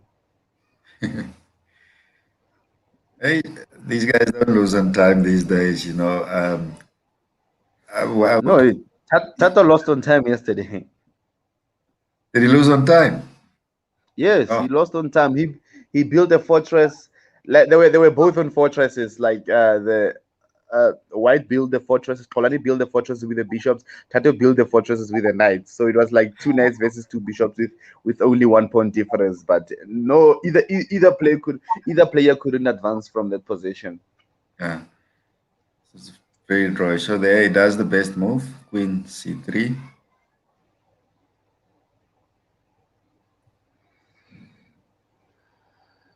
Um, with that, he stops e4, advance of the pawn. Mm. We might see And the, yes, um, here the computer says you should play uh, rook to d8, rook to b8. But why would the computer want to play b8? Maybe double attack the pawn on b3, but it's protected by the knight and the queen. So,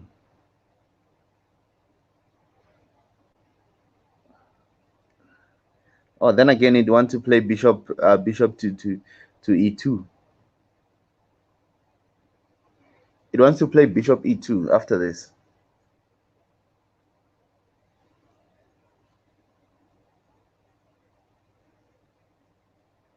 Mr. Wayne, can you hear me? okay, bishop e2 and then rook to e1. Mm. You remember that the bishop on this diagonal, it plays a role again, because if he could have done it that other time, then Yeah, it could have been more effective because the bishop is already there. So yeah. I kind of like foresaw that this diagonal will be more important.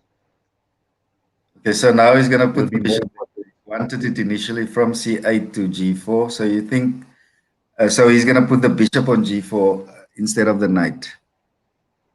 He's gonna play the bishop on g4, because that bishop on g4, I saw like a couple of moves back that I saw it was going to be more effective, because it takes away the rook. It takes away the file of the rook. That the rook can't control this d file. So the bishop on this diagonal was a bit better, but it could have been pushed with f3. So No, okay. f3 so creates a if lot if, of if problems. so if white plays a f3, um, so what then? I think bishop will go to f5. Eventually, on g6, you know, extra protection there on queen side. Um,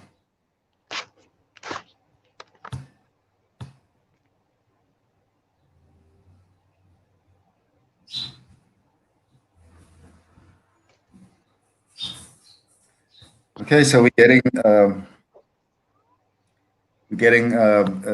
two guests in the third round will join us here. the person we were talking about earlier on, the future grandmaster. We expect Panele, yeah. Ango is joining us in round 3, as well as Vusmisi Lahleki. Mlahleki, yeah. Yes. Yeah, it would be nice to hear the the commentary The better players. from some of the strongest players in South Africa. The Masters. Mm, mm, mm. So Yeah, um, and that should that we'll. should that should be very interesting. Yeah, I think Panele will be focused more on his buddies' games. Yeah, In on Cave's game, yeah, he's going to be yeah. focused on Cave's games. Right. So Bishop G4, we're trying to analyze what happens after F3. We Bishop F5 or E6. E6. It gives Bishop E6. Bishop E6. Yes, sir.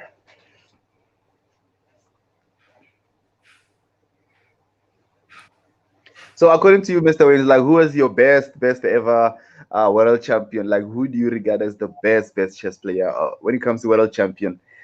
Who's your best one? Who's like your ultimate? Oh, growing up, we used to play a lot there by Kenny Solomon's house in Mitchell's Plain in Montclair.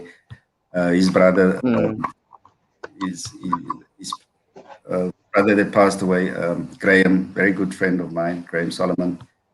mm, Now we played a lot of games. We analyzed a lot. They're very strong players, all the Solomon brothers. So mm, me, Graham, and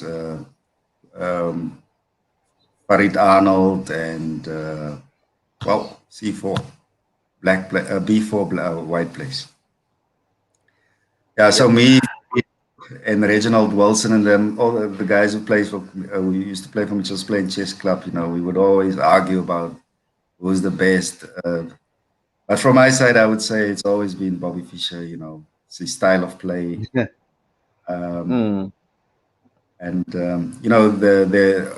they didn't have he didn't have the advantage of what the guys nowadays have with the engines, etc. So mm, all the mm. came from his mind. He will always be my best Your player, hero. my role model when it comes to chess. Yeah, it's between him Mm. and. But I think, era-wise, I think he would have still beaten Kasparov. Kasparov grew up You in think that era. so? Definitely. So, well, and another thing that's interesting about Bo Fischer is he didn't have any seconds. Like he was working alone. You look at what Unlike nowadays. what Spassky had, the whole, I think it's like 12 grandmasters he had working together Uh, with him. Petrosian was there, Tal was there, Botvinnik was there. Botvinnik. Who else? Like everybody, and Bowie Fischer annihilated everybody. They're like the Soviet champions, like the Yes. interzonal. He used to beat everybody from Petrosian to like 6-0, 6-1. That everybody like they kind of personally hated Bowie Fischer because he used to he used to kill them a lot over the board. So they held Spassky a lot. And when you remember, Bowie Fischer was actually scared of Spassky because he didn't pitch up for, is it game two?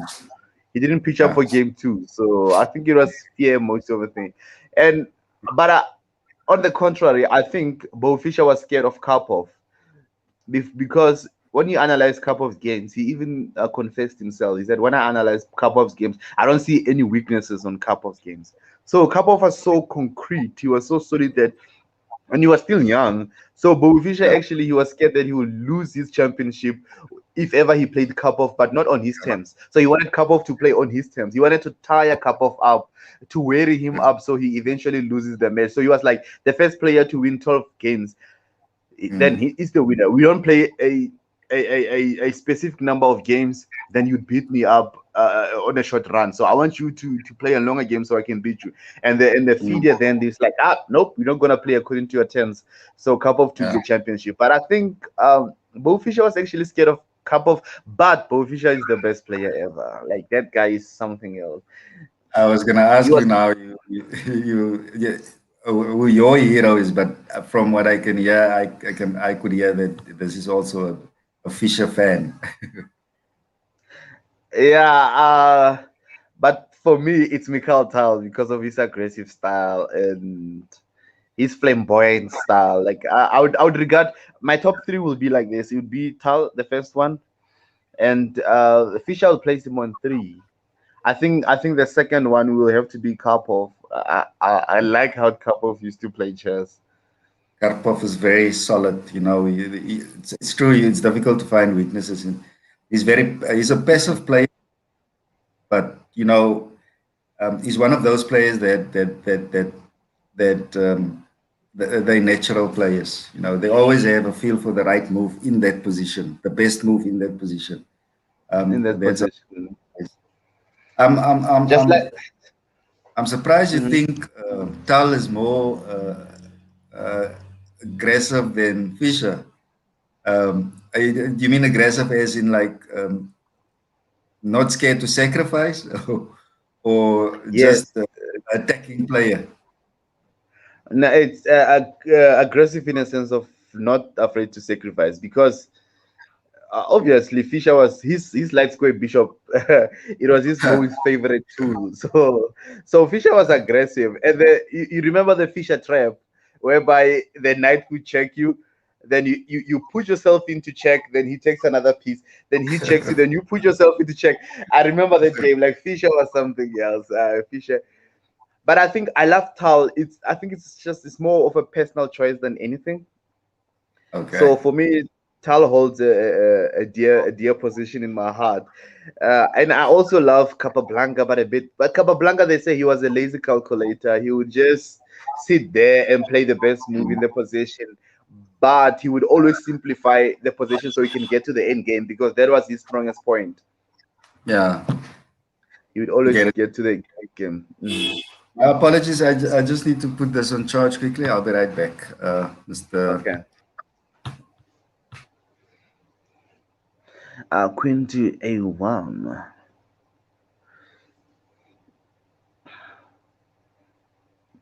I'm gonna see exchanges of pieces. Rectex. Okay. Uh, White is two pawn island and black is three pawn island. Same number of pawns. Same number of pawns. Double rooks on the. So eventually, uh, same minor pieces. Knight versus bishop.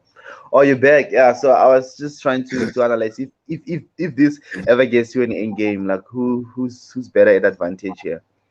Because I've switched off the engine. I think engine plays. I mean, it kills chess because it plays moves that are like are beyond our imagination. So I You switched off the engine.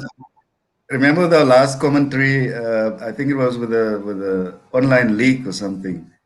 Um, the guys were complaining about the quality of the commentating. You know, so we might want to use the engine.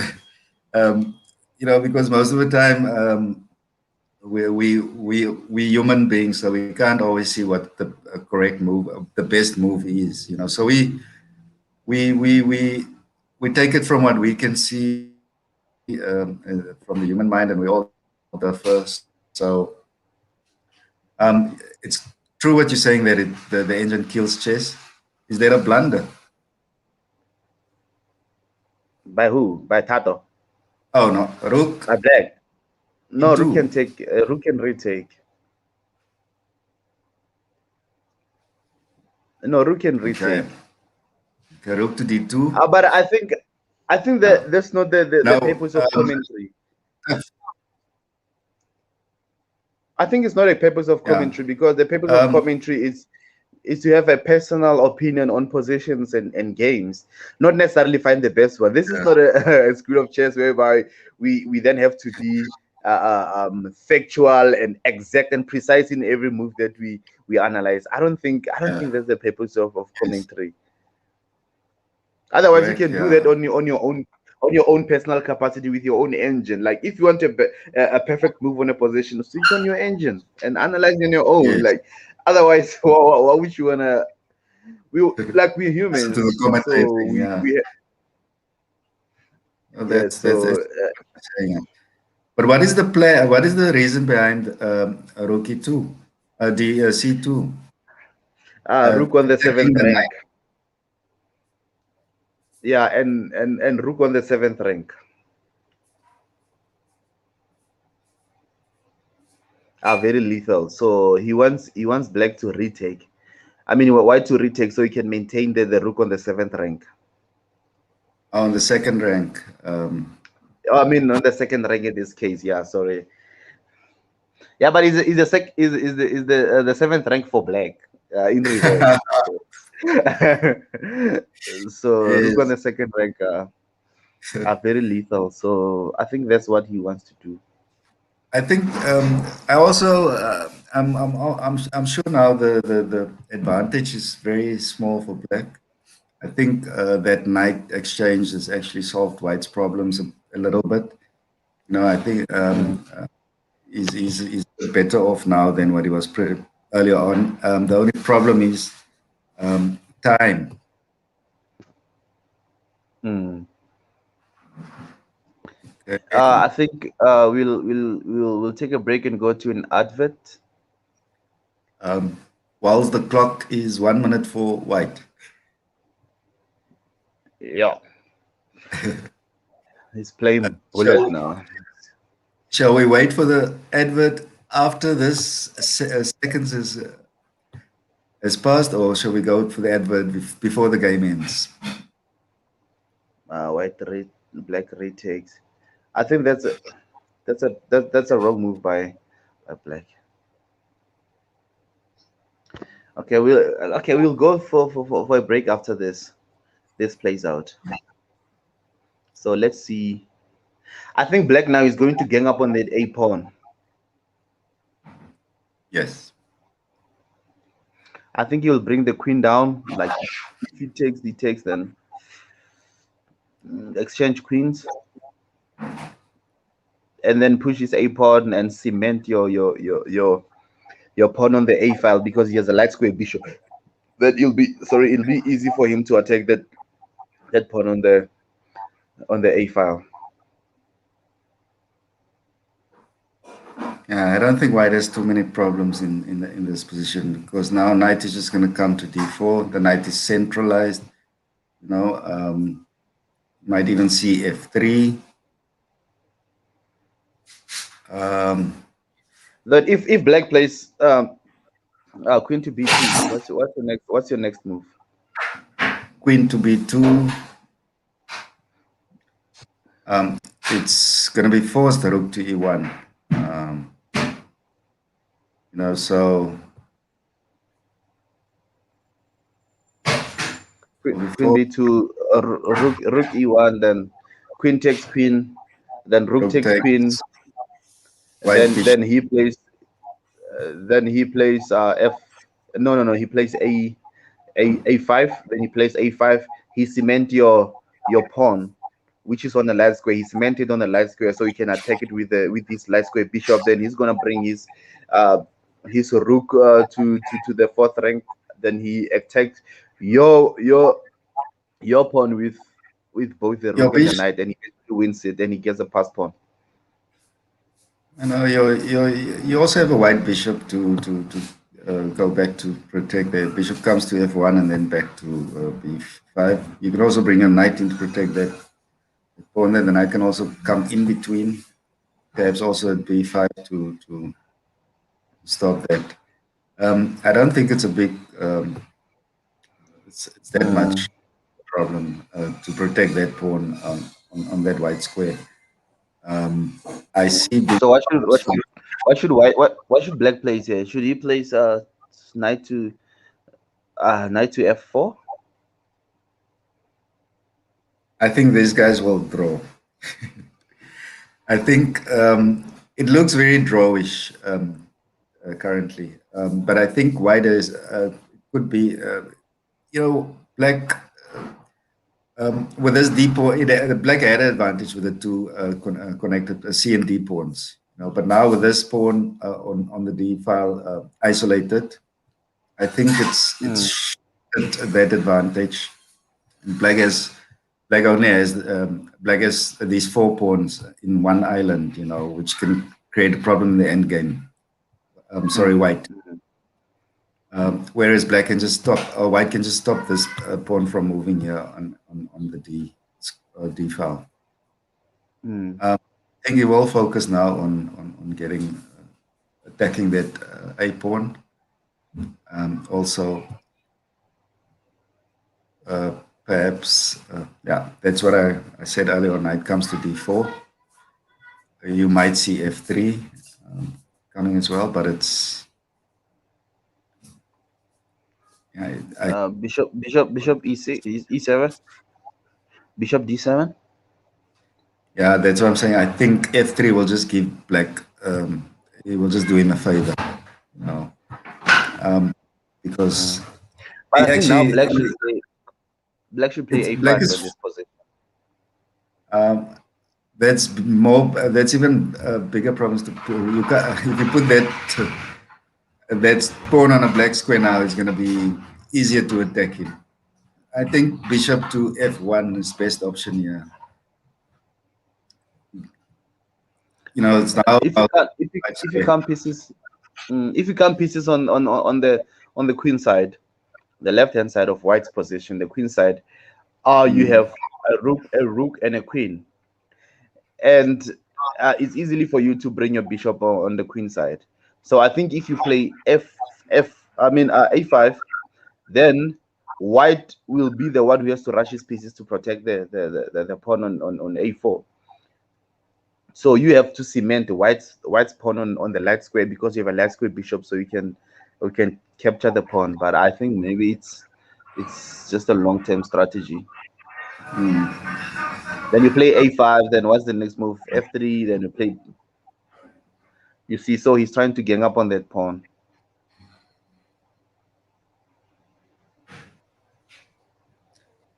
I think bishop F1 is probably the best move here, with the intention of going for white.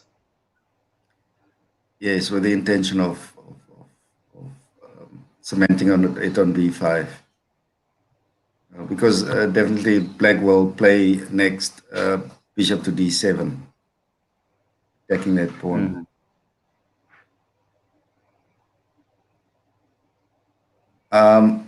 What about knight to C6? Knight to C6. I'm taking both the queen and the pawn. I think it's okay. He played rook F1. There is a way. He's just given a tempo where he's now saying is. I think knight C6 would have been best with the threat of that A pawn as well as. As the queen. And now the queen has to go to, then in that case, he has to go and protect that A pawn. I think the A pawn is gone, because once the knight takes the A pawn and the queen takes it, then his rook is unprotected here. So knight C6 would have been best, also with the threat of knight E7 check, taking the D pawn. Forking the queen and the pawn, whereas he still have a last square bishop that is double attack on the E pawn. On the D pawn, D pawn. Yeah. So, but if you play knight F6, it's queen B7. then you still take the pawn nevertheless because the rook is unprotected. Yeah, that could have been nice for white. Yeah, That could have been nice for white. because now he's just given black extra tempo with his rook to. Because the reason why I Back to moved the rook F1. in a threat is attacking it, you know. So He was perhaps he like black perhaps wanted to play a rook to a2. So if you take his queen, he takes. I mean, if you take yeah, he was definitely planning that. I think your audio two, is okay. There we it's go. bad. Yeah, So I said maybe the variation that black was looking for is he wanted to play a rook a2. So if you take his rook, he takes your rook with a check. yeah, Yeah, but with that a check check. Yeah, yields to nothing because the check yields nothing because the king can easily go to h2. And what is your follow up? even if he played knight c5 and he played a rook c to a2, you simply take the queen. So the queen would have moved anyway. You know. Okay, so now we can see why black moved there. The queen there is threatening. So maybe that was best for white to actually get that um, rook The rook on onto f1, ne? that knight can't move now because the threat is bishop to e2 as well. So the threat of rook to a2 is also coming. Mm. The threat of a2, forking the queen and the pawn. Yes, that's the. I think maybe can't even play f3 now. Yeah. So, ish, you think knight c5 would Come, have worked? whoa! Okay, it's Isn't it? stopping the Isn't it bishop takes? bishop takes, but and then he's still losing the a pawn. I lure him, yeah. I pawn. I can enige tijd val. So it's bishop takes f3, bishop takes f3, Rook then a2. rook a2, then queen. You can maybe. Oh, you can't even exchange queens here because I was thinking about even playing like queen d5, d4, queen d4. Then you exchange queens, then he still wins the pawn on h1 nevertheless. So Yeah. Yeah, I so think the dink jy best. gaan jy nog steeds drowies. Ish, hy gaan nou na die tyd toe, so is moeilik om te sê want elkeen het nou 40 seconds, you know, so the guy who plays better with time will win this one. Okay. I think it's going to end in a draw because black will have an extra pawn and he still has a central pawn, so it could go black's way now. Because that rook is paralyzed there on f1. It's way Yeah. too paralyzed. It's the one holding everything together. Okay, so the best would be now to maybe queen to e4, e5. Now he wants to exchange queens. I think it's probably the best in the situation, but that a pawn of black is going to be crucial in the end. Brilliant from black. And black refuses. And black refuses. It's like, nope, nope. I'm going to protect my d pawn, and I'm going to take your a pawn with my rook. So Yeah, black is. I'm not gonna simplify everything.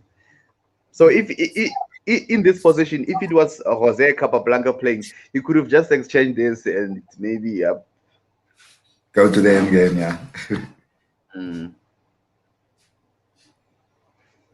so maybe white wants some perpetual. Can he get perpetual with with c8. Now he can't. Black will hold. He's got too many pawns on that side as well, on the king side, so he can just put But one they're in too front. slow. That's the problem. They're too slow. Way too slow. No, I'm saying for the perpetual check, there's enough pawns here to bring in. Or to protect. Oh, sorry, I misheard you there. Yeah.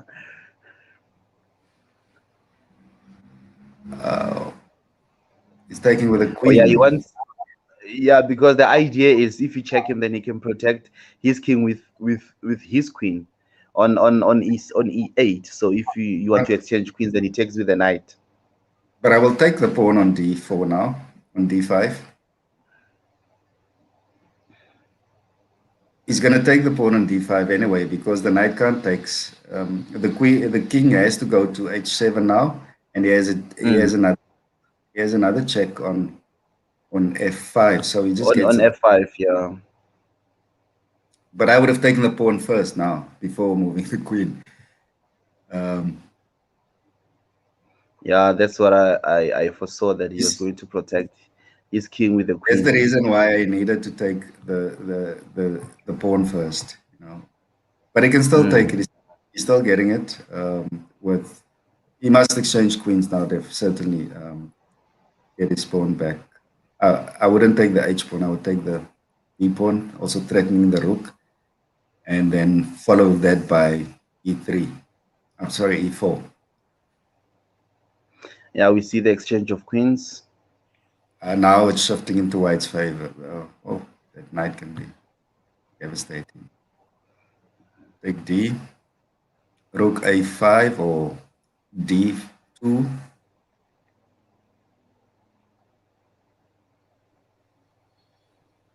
Mm.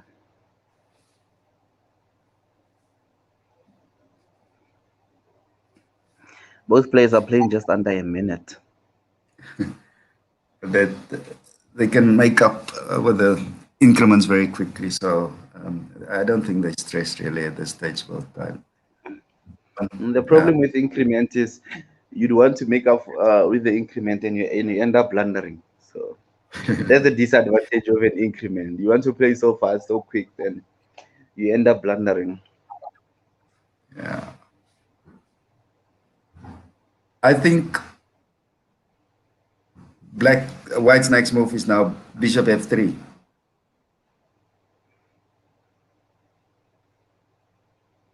Mm. but then stop But in this because in open positions like this, the knight will always dominate the. I mean, the bishop will always dominate the knight. That's why the knight has to go to f. g4 Mm, or to f6.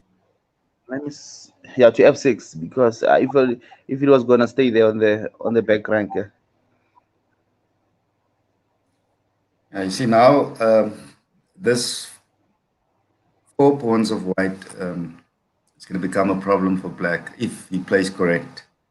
White plays correct, he can, that isolated a pawn. It's a pass pawn, but white can easily allow it to run and then just sacrifice it, and knowing that he's one of these pawns Will compensate for that. Mm. will promote. But this is 4 against 3 on the king side. It's 4 against 3, so I think it's a bit drawish, in a sense that the king is there to protect. So, and You know, this both if both sides have rooks. the problem is rook to d, I check king King h7, h7. Mm. rook f8. See, he's stopping that now.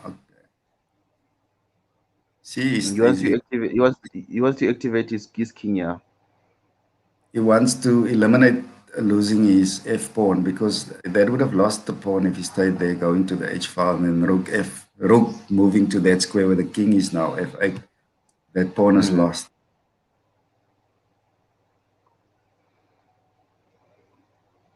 Okay, so I would still check. I still would have checked and then no, go for the The only G. thing about the only thing about these ponies, these knights, is they are very tricky on an end game. That like they can fuck your king and your rook. They are Yeah, very tricky. They're very tricky. Like this now, the C3 square connect. is, yeah, the C3 square is threatened, fucking Yeah, the knight. And so they say the and best way to play against the knight is never put your king and your other piece, your major piece, on the same color square. You must put it on black or put the other one on oh, white. So then you know that you're safe. Even when you play fast, you know that you're safe. You can't be fucked by a knight. so now it's forced King F3, No, king F, yeah.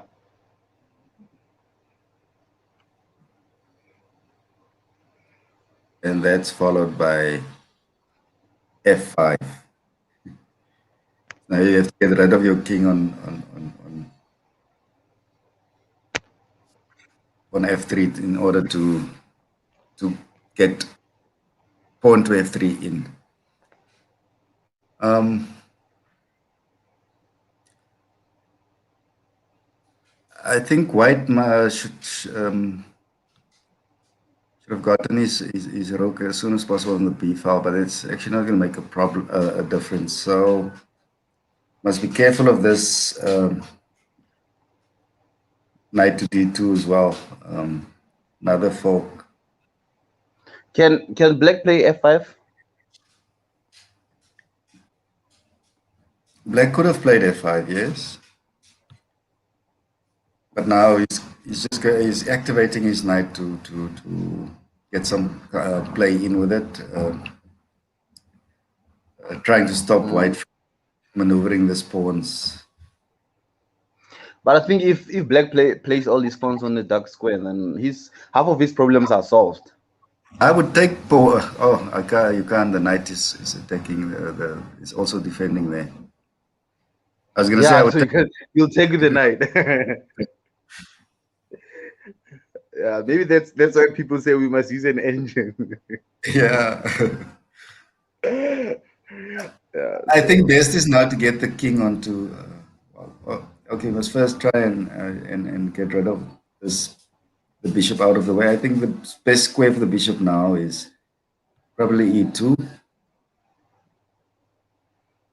because anywhere else the rook is going to attack it. The knight will attack it. You see, the rook will now just go to a3 or b4, b5, a3. There we go. and don't forget the A pawn. It's very fast. Yeah.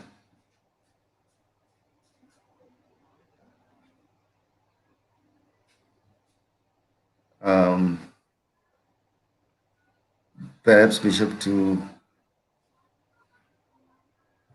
I wonder what's the turn around on other games. So can we switch to other games and see how the progress have been like since the last time we lost them there?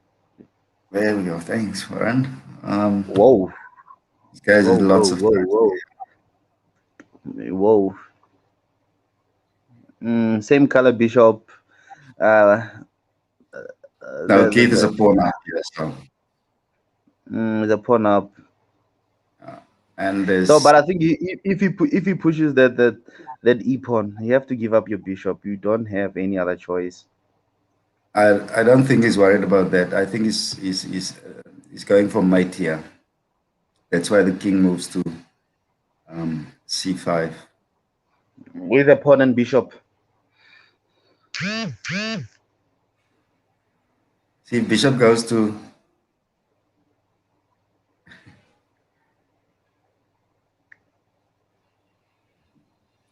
what happened here? Um, Mm, bishop. check. Mm.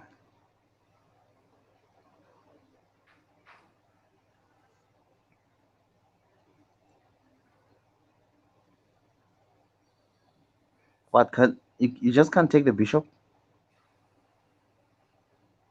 That's I'm also trying to see what What what was the could be intention with this move?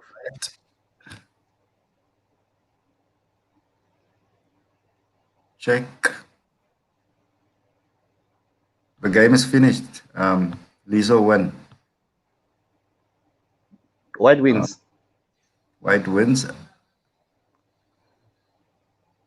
Why? Is it? What happened there? What happened? It's not time.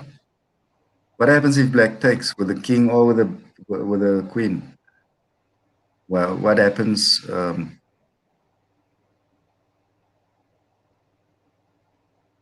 because black is moving, white is moving up? I don't And understand. how did Black lose this?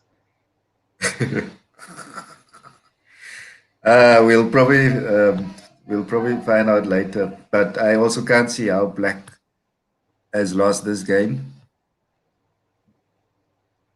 because he can just take with any piece there.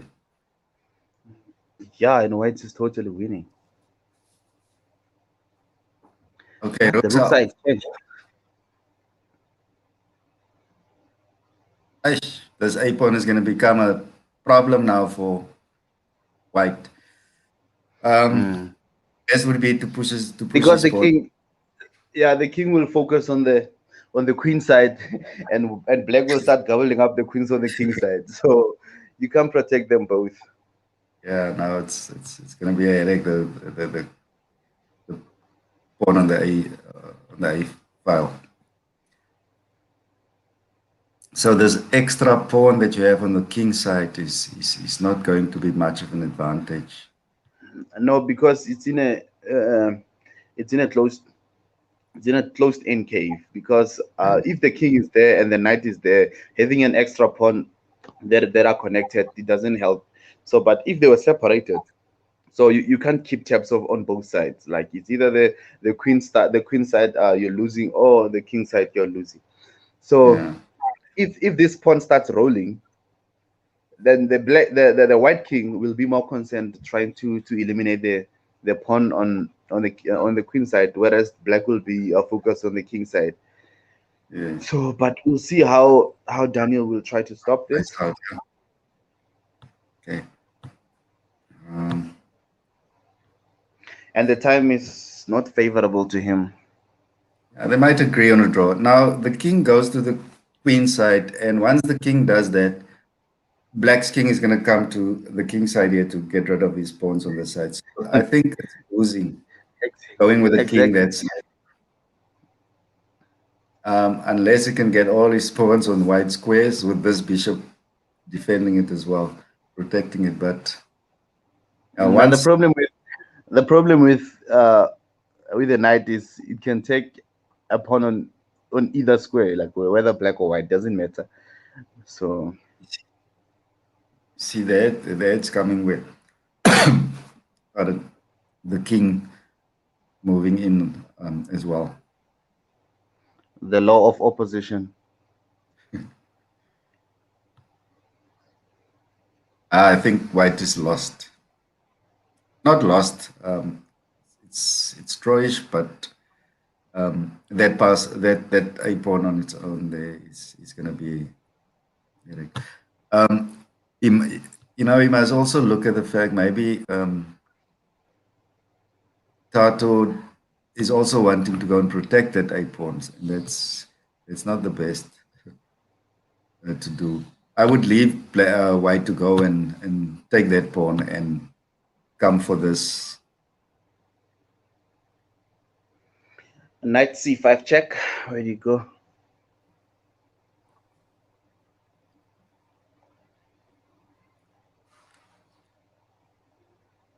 Knight c5 check. Then uh, queen to king to e4. Then C4. maybe try c4. I don't think that he's going to come with a check. I think he's going to attack this pawn, knight g4. No, if you attack the pawn, then you're giving away some space because it's knight g4. Then black plays f3.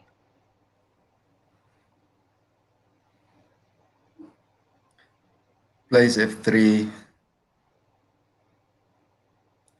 that knight goes to h2, attacking the same pawn. Then he pushes This again. knight, you use the knight to create havoc here between those pawns. Yeah. Get them out of sync and then bring your king in. That's what I would do in that situation. Now he can't go to The problem with black is if he goes to c4, then knight checks and takes the d2. bishop. Yeah, the Yeah, bishop. And whereas you're more focused on trying to eliminate the a pawn, the black kings come in and start gobbling all these pawns on the queen side. that's what's gonna. So he can't go to c4. It's best to go on the black square. Yeah, Mm. and then He goes in a black black king square, then afterwards the black king is advancing in on c4, on c5. Yeah, c5. No, c4.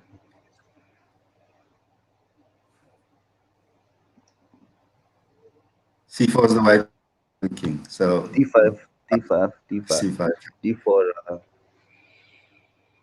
Because I think black must just use his knight to create havoc here with the white pawns.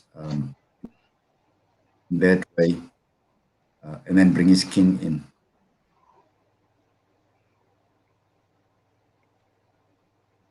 I see it's after 11. It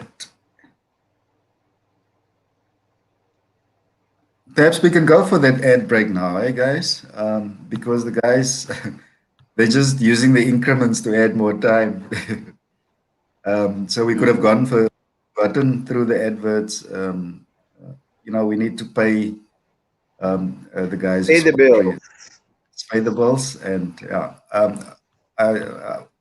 Are you there, Warren? How, how long should we? How long should we be off?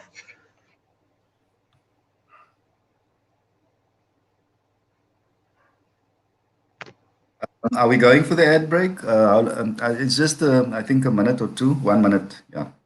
Okay, no. We can take it. We can take a break then. Okay. Thank you. Bye, bye. I believe in miracles. Where you from? You sexy thing, you. I believe in miracles. Since you came along, you sexy thing. Ah, kiss me, you sexy thing. Touch me, baby, you sexy thing. I love the way you touch me, darling. You sexy thing. Music, sports, games, pictures, and just about anything else come alive on your phone with Vodafone Live. Only from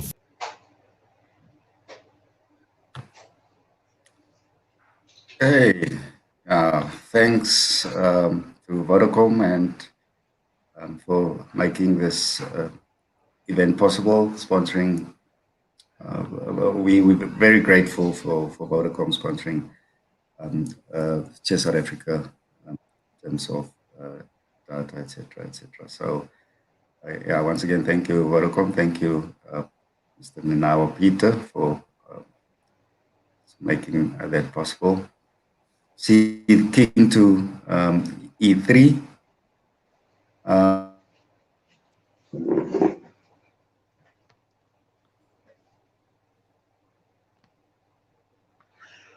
Have Not there sure what been any happened. problems? One pawn is gone, king side. And now it looks good for white with this e passed pawn.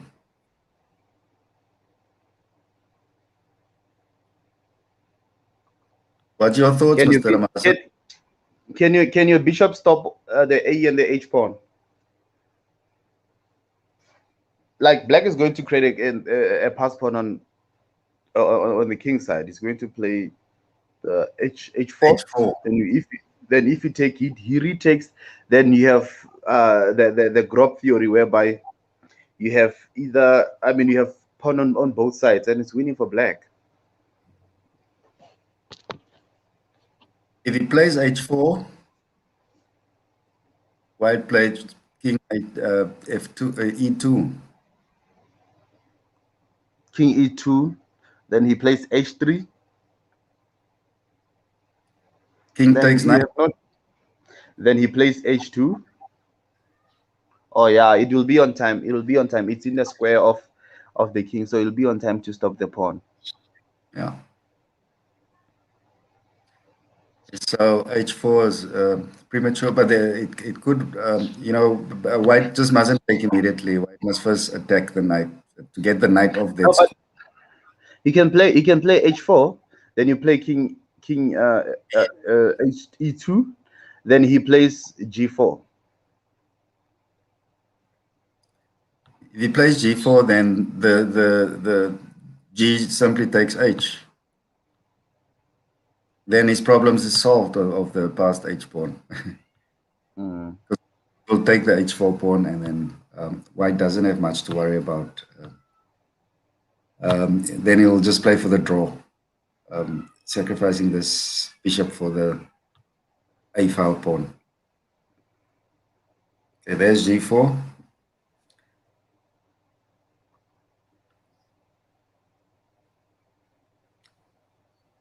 Now h4 is not possible anymore. Nope.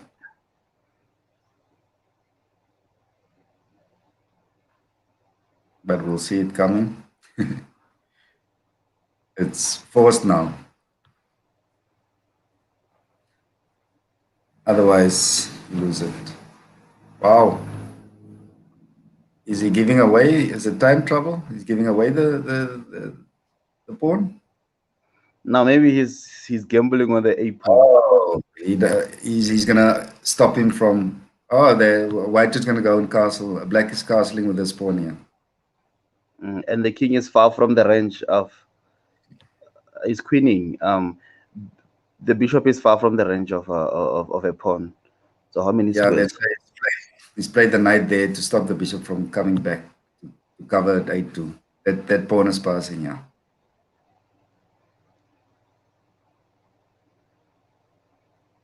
That pawn, I think white will resign now any moment. But is it far? Is it 3? 1, 2, 3, 4, 5. Yeah, it's gone. It's a goner. Yeah, the bishop can't go back to f7 to stop a2, pawn to a2. No. So there's no way he can stop this pawn from Even when you try to play f4, he still take on and passant with a check. So either way, like trying to check, trying to fuck the king and the knight. Yeah, then it's other problems on this side.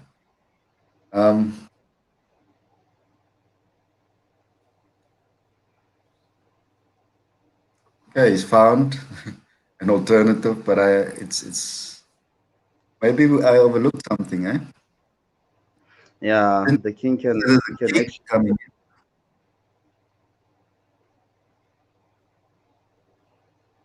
Right, so we'll be doing post-match interviews after the last boards are finished. Did we do post-match interviews yesterday? I don't think so. It just kicked me out of StreamYard. I'm looking forward to this post-match interviews, especially asking you guys after the first round how they feel about yesterday's games. Okay, now it's for C2 or C3.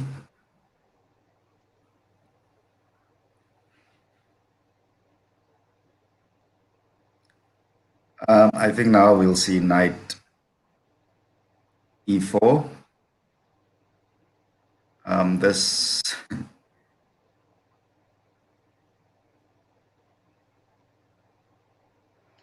Don't you think it's perhaps a draw? looks very drawish. It even looks like it could be a win for white, but he won't have connected pawns. I think they will settle for a draw.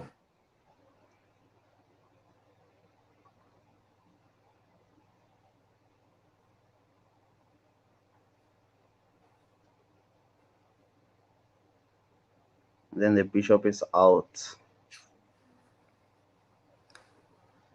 The bishop will just take there now. Maybe the best is now f4 check.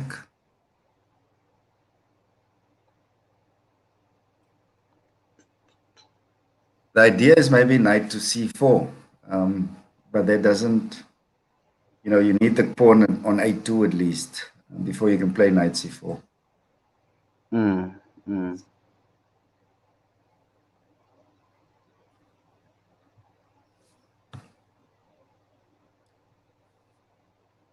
Whoa.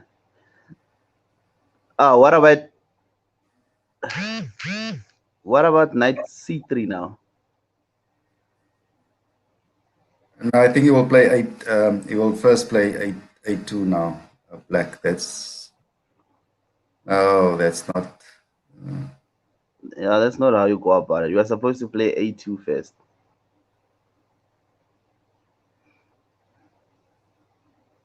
Because now bishop just comes to e2. This is winning for white now.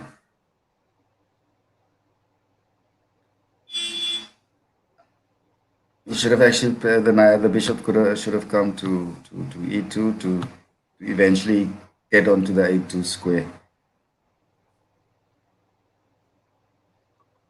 There's a thing about endgame. It's winning for white now. What's your thoughts, Mr. Ramas? Knight can go to g5. You can create a fortress here. But both of the queen squares, both of the queen squares are. Bishop g2 stops everything. Like I said, I think 10 moves back, I said the only problem for white is that he's not going to have connected pawns. Connected pawns, yeah. So white wants now to, black wants to come for this. For the g3 pawn. G3 pawn, so there's nothing white can do to stop it. I think now. Yeah, it's a draw. What about because white is going to take, white is going to take on g3 and is going to sacrifice his knight for the e5 for the e4 pawn, and it's insufficient material, draw by insufficient material. So yeah, it's going to be definitely a draw. Yeah. Okay, so I unfortunately will have to leave you guys at 11:30 and then join again. I think half an hour or so later. There's still one game ongoing, or this is the last one? This is the last one, so I think you can do the post interview. So I mean post match interviews. Might have to wait for the post and do the post match interviews quickly, and then come back after. But you guys can also do it. You and Warren and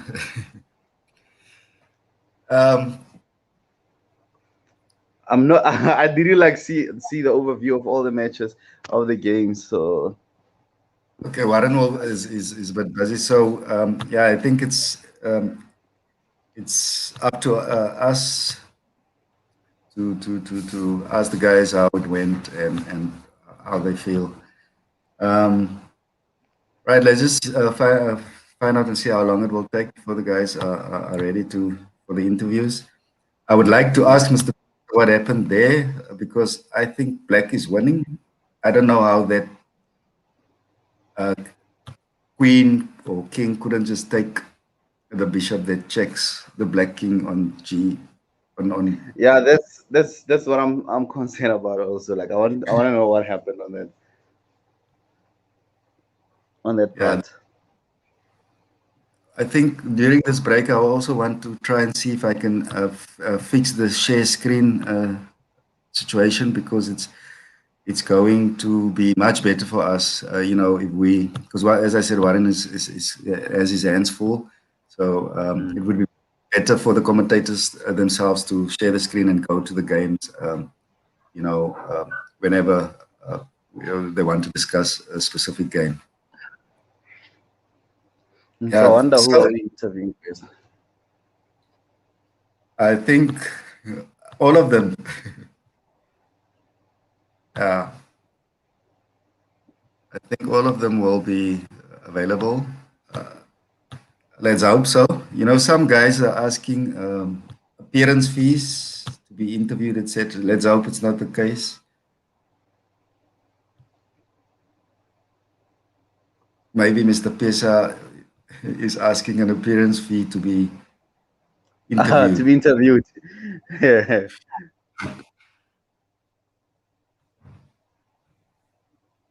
Right, the camera is set up.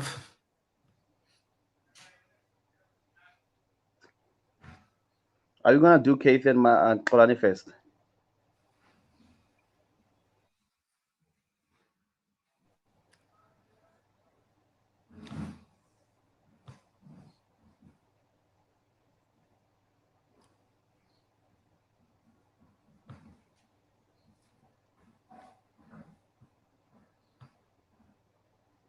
Yeah.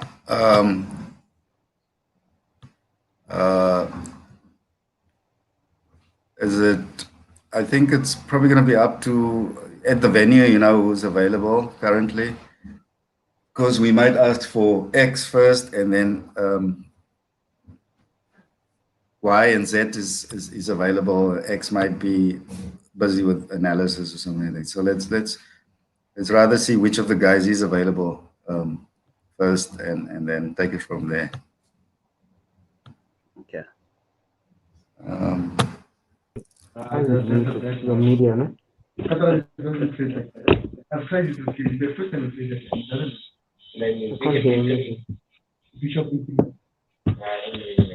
Hello.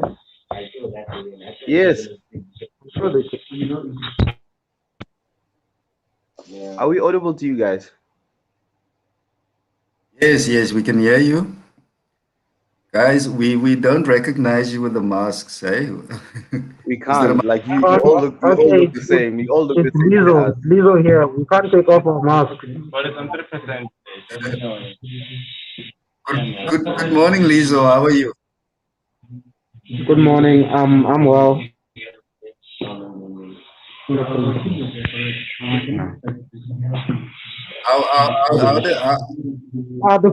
phone is dying. The phone died. The phone died. No battery. We have been saved. Can you? Okay, they were doing the interview on the phone in that side, so that's why. Yeah, that's why they got technically interrupted. Yes. I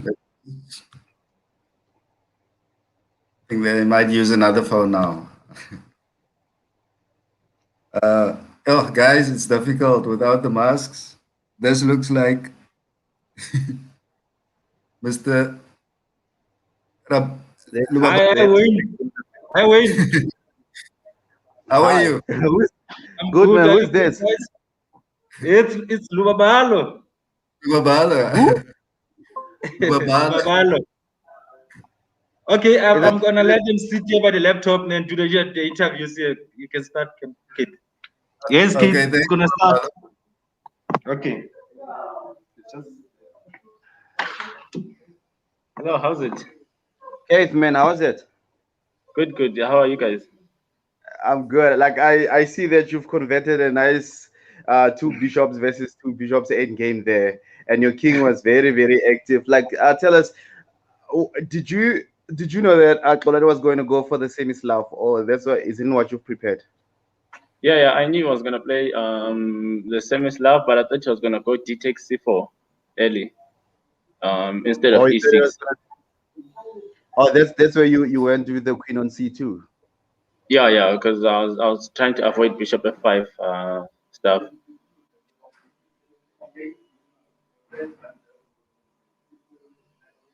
I can't hear you now. You can't hear me. Okay, now I can hear you.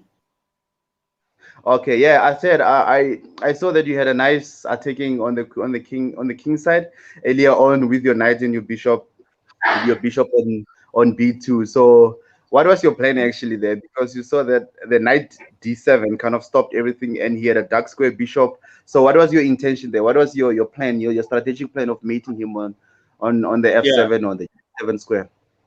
yeah. So in those positions, most of the time, black has to be very careful because there's always tricks there, like queen d4, sometimes threatening the bishop on d6 and the mate on g7. So that knight Mm-hmm. d7 kind of stopped a lot of things there. Because then I need to maybe forget the plan about the checkmate and then look at repositioning my pieces. Because if I don't do anything in that position, my queen is offside. So, and I'm It's also offside. trying not to exchange pieces. Yeah, Right. Yeah, and I saw that Okay. he wanted to exchange pieces when he played knight to, I mean, queen to f8, and you played g5. So why g5? Why didn't you maybe you retract your queen maybe to d2 or maybe c1, or why specifically d5? What was going through your mind after that particular move? wait, which move? It's to the 21st move. You played queen to g5, the 21st move. Oh, queen g5. Yeah, so After, queen g5. yeah, after you wanted to exchange the queens, yes. Oh yeah, so after queen g5, there's also tricks there because if he plays bishop e7, then queen e5, he might lose a piece there because I'm threatening Yeah. mate on h8. So I had queen e5 Yes. there. But the problem with queen c1, I think I'm not threatening anything then. So he can play maybe bishop b4 or yeah, I think bishop b4 there he could play. It was a bit too Okay, passive. so Mr. Waynes, do you have anything to ask him? Because I wanted to ask him on the in the end game. Like Yeah, the game was equalish, so I don't know where he blundered or where he stumbled. So it was two bishops against two bishops. yeah. I think the thing is I'm a pawn up there. So with that pawn up, I can win there in many ways. So I'm trying to see where which side was it, on the king side or the queen side where you were pawn up? I think the king No, it was support. just the Yeah. e pawn. It was the e Oh yeah, pawn, center pawn. the past e pawn. Yeah, the past e Yeah. pawn. Yes. So where did you actually won the pawn? Like I'm trying to see on the position whereby you won the Oh, pawn. I played knight d4 at some point, and then taking the bishop. Then he played bishop f7. Then I took on c6. Yeah, yeah, and then you took Uh, on c6. yeah, I So think he missed it. Knight c5 there, I missed. then the game was going to be longer there if he had played knight c5. So is that one crucial move that he missed? So in regard of yesterday's game, I saw that most of the people they say knight f5 was winning um for black. Yeah, For knight white, f5 was just white. winning there. Yeah, So knight f5. why the draw? Why did Mr. Pesa offer you a draw then? I don't think he saw knight f5. It's a, Because also we didn't have much time on the clock. Especially me, I had like seconds when when I played at some point, like two moves before the game ended. I had like 3 seconds. So the time was also hectic. so he gave you the draw because he didn't want to lose on time. No, he I don't think he saw knight f5 because he also didn't have Oh, enough time to calculate. oh, oh, he didn't see knight f5. Yeah, because a Yes, lot of people in the group, a lot of people in the group were yelling knight f5, knight f5. You kill him on knight f5. It was excellent. yeah, But so who are you playing tomorrow? I mean tonight. I mean this afternoon at 2 o'clock. Who's your opponent? Playing um, Tato next. I'm playing Daniel. I think. Oh, Tato. No, I, Tato. You play Tato oh, I'm Apple playing. Green as black, yeah. Yeah, so you're playing Okay. Taros Black. What are you expecting from that game? Like, what are you gonna prepare for? D4, Mm, E4, knight F3, knight C, knight. I'm actually playing black, and I don't know how they play it. So you haven't like looked up on his games or anything like that. No, not yet. No, I haven't got the chance.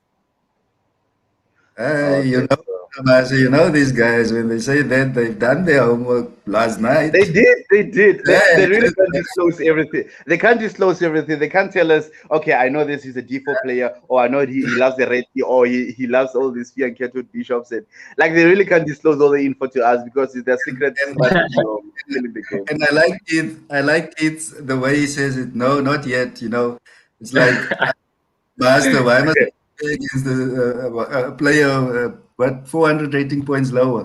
You know, this is how Yeah, these guys. Tato is a tough one, you know. So yeah. I especially saw his playing white, games. Yeah, he's very solid. He knows how to hold. I saw most of his games. But So the I'm not difference is expecting yeah. it. Yeah, so I'm not expecting a quick win there.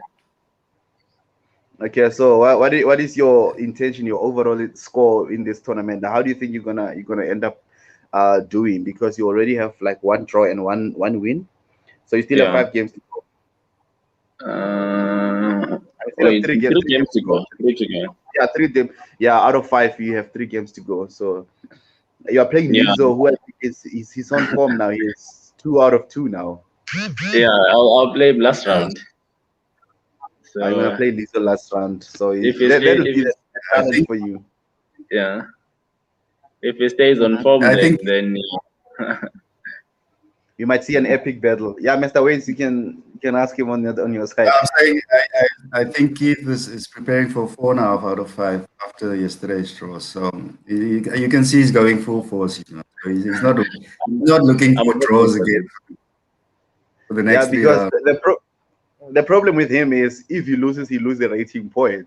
So instead of gaining, he's trying to protect what he already have accumulated throughout this tournament. Yes. And with yesterday's draw, I think he lost 6 rating points. Eh? I Did you did lose not Um, check. 6? yeah, but that's the problem. You know, if you much higher rated then and you lose or even draw, then you have run the risk of losing a lot of rating points. But Yeah, yeah, and Kay, they call you a potential aspiring GM of South Africa. So when do you think you're gonna? Is he out? yeah. Okay, still. Yeah. Do you think by the age of whatever you are going to be a GM, or do you think it's a hard thing to crack? No, I don't think it's something hard, really, but it's something about discipline and inspiration. So Mm, because sometimes chess gets hard, then you feel like, nah, this game is just impossible, and I mm. don't even like it anymore. But yeah, if you have inspiration and something that keeps you going and the discipline, I think that's enough. And experience, of course, exposure. Yeah. So how does the titled players prepare for tournaments? Like what do you go through? What do you do like in order to inspire upcoming chess aspirants that this one you should do puzzles, you should do this, you should read this. Like how do you prepare as a titled player? I think just you go through your opponent's games and then you decide. First you decide the style of play, how the game you're expecting it to go, and then you can Mhm. prepare the opening because the style of play I think it's more important than the opening you prepare. Mm.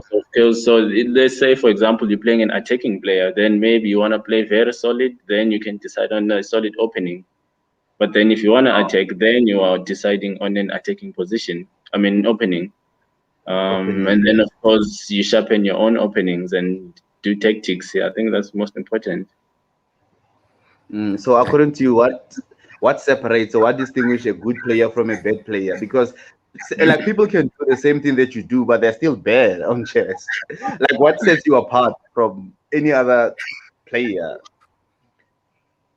That I'm not too sure, but we must also consider talent. I think talent exists in this game because sometimes you're able to just put the right piece on the right square, you know? Yeah, like Carlson and them. So, thank you, Yeah. man, Mr. Kumalo. Okay, I'll get Lizzo Thank now. you. Okay, thank you, Okay. Keith. Your friend Vanilla is commentating in the next round, eh? Okay. And he's going to be very critical. He's going to be very critical of his moves. Hi guys. What's Mr. up? Lizo. Let me open up this game. Listen, can you hear? Yes. Can you hear us? Yes. Why does you and Mr. Pesa always like play the Queen's Gambit declined? Like you guys, why do you like to play this opening so much when you play against the Gambit? It's not really a Queen's Gambit fly. It's a Catalan. Yeah, but it transposes into the Queen's Gambit. Okay, yeah, proceed. Why do you like to play it? Because I mean, what else do you play against me? You know, like, Exactly. So, and I saw that on Move, and this game is actually almost identical to the one that Keith and Kolani were playing, because I think yes, he also played the champion. I yes, it think, was. with this Queen C2 move, but that one he didn't fear and care to the bishop, the light square bishop. So I think, what do you think? Where is the turning point of this game? Which one was actually the one that really Mr. Alfred kind of made a mistake on this position? Um, I think he made a mistake by not taking on e4. There's a position where he has a knight on d7. Yeah. The other knight is on f6, right?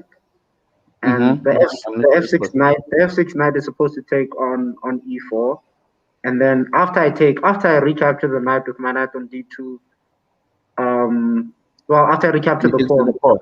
because Mm-hmm. yeah. So it takes, knight takes, he takes with the pawn, and then if I take the pawn or whatever, then he just has knight d5, and he's sitting on that outpost. And yeah, my position wouldn't have looked that great. I don't know. That's around move. I don't even know, 30 something, 40 something. I'm not sure, but Yeah. round about. I think it's after I play. It's after I play c5. After I play c5, Closing after the his position. bishop, Yes. yeah, after bishop b7, after I play Mm-hmm. c5, after I play Mm-hmm. c5, then he's supposed to take He on played, e4. I believe that's the proper way to do it. Because otherwise, I don't know what he played. Do I remember what he played? He played b5, right? yeah, he played b5. Yeah. So On after it was, yeah, b5, move and d25. I played knight. Yeah, You took on d7. yeah, knight took. Now it closed the position. You see now the problem started arising that all of his pieces are on the queen side, and he doesn't have that many defenders on the king side. So then I started And, rerouting. Hmm? and from D up until the H, he has like this pawns that looks like army charging forward. Uh, Exactly. mhm. So he couldn't recognize that if if he doesn't take on e4 and I push e5, the position will be locked, and he's gonna really struggle to defend the position on the king side. So yeah, that's then what I went for. And next thing, yeah, he's struggling for air, and he's trying to create some pawn breaks. And next thing I play h5. Eventually I get h5 in, and yeah, there he just crumbled, and he played f takes e5, and I played knight takes e5, and then he played bishop takes Yeah. e5. And after I play f takes e5, now it's a problem, because now his rook can't take on f2. If he takes on f2, then I play queen takes f2, and my queen will get into the position, and it will be very, very, very sad, very, very And I saw difficult. on move 39, you played f2 Mhm. check, queen f2 check. I think that's where his position kind of started to crumble when you played that move f2 check, Yeah. because f2 check. Yeah. Yeah. So after, okay, we're getting to the position. Yeah, he pushed. Then I took, and then Yeah. takes e5, He took the position. Yeah. and then boom. F6 was something I analyzed slightly, but I wasn't sure. I thought I could even play h5 now, but uh, I was just trying to make sure that I don't fall into any tricks and stuff like that. So I was like, okay, let me put my positions on my pieces on the best squares, and then proceed Hmm. with h5. And So doubling yeah, up the rooks. Yeah, when the yeah. position kind of start opening up, then you have a lot of pieces aiming at that Yeah. f8 rook. So rook f7 was kind of not a good move, because now the knight comes in with tempo. Now you kind of have to take, and But I here think you it's very actually, logical. I think it was very logical from his side, because he also wanted to double up the rooks. yeah, And he but you was there in the can't. position like, hmm. You can't, like, if you can't, you can't accept, and Yeah, try there's something else. because his queen was out of game, like on B8. Yeah, Like, what is he yeah, doing there? And it could take him a lot of moves that would have lost him tempo when he wanted to yeah, activate his rook, and the king was naked there. You see yeah, now that's why he wanted to protect on the seventh rank there by putting the queen on yeah. A7, Yeah, and that's I think one. Queen B7 is a better move. I don't know. I thought it was a So better after move trying because to. now at least you escape. If ever I check your king on the seventh rank, at least you escape Mhm. losing the queen. You know, because the queen will be on B7 protected by the bishop. Mm. But yeah, now here it's just over. So just that mistake with putting the rook on F7 and taking on E5, very Mm. big blunder. They lose the game immediately. Then he loses the knight, and the game proceed. And Yeah, so, who are you playing on the next around 2 o'clock today? Let me I'm playing see. Kalani. Oh yeah, the great rivalry. Yeah, so you played Mr. Kalan. He just lost the game to Keith Kumalo. Keith Kumalo had a pawn, a pass pawn on the e file, and that's the pawn that kind of like actually won the game for him. But actually, it was a nice, balanced, well drawish kind of a game. But Yeah, after losing the pawn there, Kate kind of converted there, and his king was kind of like stuck on the a file, and it yeah, was, and the walls of Jericho started trampling down for him. Yeah. So yeah. what's like what are you what are you expecting rather from him? Like, what is he gonna play? You know that he's an evil player. Everybody knows. Um, So. we're definitely gonna play a close Sicilian. Mm-hmm, That's something that's similar to the line we played last time. mm-hmm. Yeah, we both brought our laptops so that we can prepare for the round, and we have to improve the line. Oh well, he has to improve the line because I played very well last time out. Because normally players don't come out with advantage from a close Sicilian. You know, white normally just crushes you slowly and you're just dying. But yeah, that's what I'm expecting. So it's gonna be tough. It's gonna be very difficult. But yeah, we'll see what happens. Yeah, and I saw yesterday that he got his win by grinding down the position that was slow. Was almost like fortresses. Like White has had a bishop fortress, and Black had a knight fortresses where everybody was kind of like in time scrambles, and he eventually won yesterday. But he's on 1 out of 2, and you're on 2 out of 2. So what is your overall intention of this tournament? Are you trying to win it all? Because I think Kate Kumalo is beatable. Like, if you ask me, because Um, yesterday, if Mr. Pesa could have played knight f5 like everybody was screaming, then he could have like won the game. yeah, but my intention for the tournament, I don't really have real expectations. My expectations Hmm. are, are normally based on my rating. I've been Hmm. 1700 for so long. I feel like I don't deserve to be 1700. I want my rating to go up. So that's all I want. That's all I just want to get closer and closer to 1800 or maybe just cross over. That's it. Whether I win the tournament or not, as long as that goal is met, I'm happy. But I think you're on fire now. Like, if it was on leeches, like you could have had that fire emblem next to Ish, your name. But I never get that fire thing on leeches. Ish, you get it in real life. I think that's enough. But yeah, that's all for me. Cause yeah, I didn't. Both tournaments I didn't really want to play, but you know, Mm. eventually I came and played, and I'm just doing my best to just gain rating. That's all I want. That's all I want. I don't want first, second, or third. I just want rating. And you are the last hope of the Northern Cape, because after Kolani losing the game and Mr. Pesa drawing the game, I think you're the only one who can beat the CM. Highball, So I think Keith you're is the still last playing. hope. Keith is still playing two other players from Northern Cape, so I don't think I'm the last one. Who can beat the CM? Like, if not you, like afterwards, like I don't think Yes. Conte is. Yeah. Liverpool lost to Aston Villa, eh? So, Yeah, so so anything is yeah. possible, it's like so no, like you can go and rest, man. Like, I think your round will be starting in less than an hour and 45 minutes from now. I think you can go analyze, refresh, No, and just I think we get ready. start at 2. Is it 2 o'clock? It's not one Yeah, o'clock. 2 o'clock. I think so. I think it's 2. 2, right? Yeah, we start at 2. Yeah, I asked Keith like how do they prepare for tournaments? Like what do they go through? The drills, the tactics, the books, and what else? So how do you prepare for a tournament, especially like this, when you know thoroughly how your opponent is gonna play and which opponent is gonna play? How do you go about it? How do you set yourself for a tournament like this? No, when I know those things, I sleep. I just rest. I fully rest, so that when I get Mm-hmm. to the tournament, I'm not exhausted or anything like that. You know, I don't like putting a lot of pressure on myself. I think you're Mm-hmm. realizing that with my answers, but yeah, I don't like putting a lot of pressure on myself.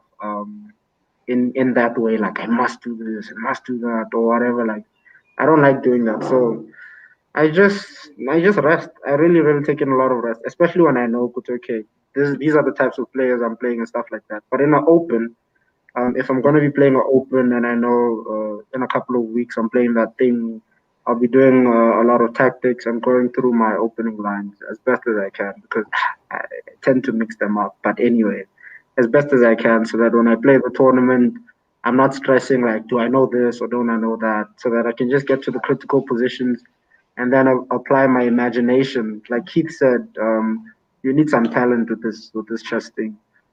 Yeah, you So do. yeah. You do actually need some element of talent.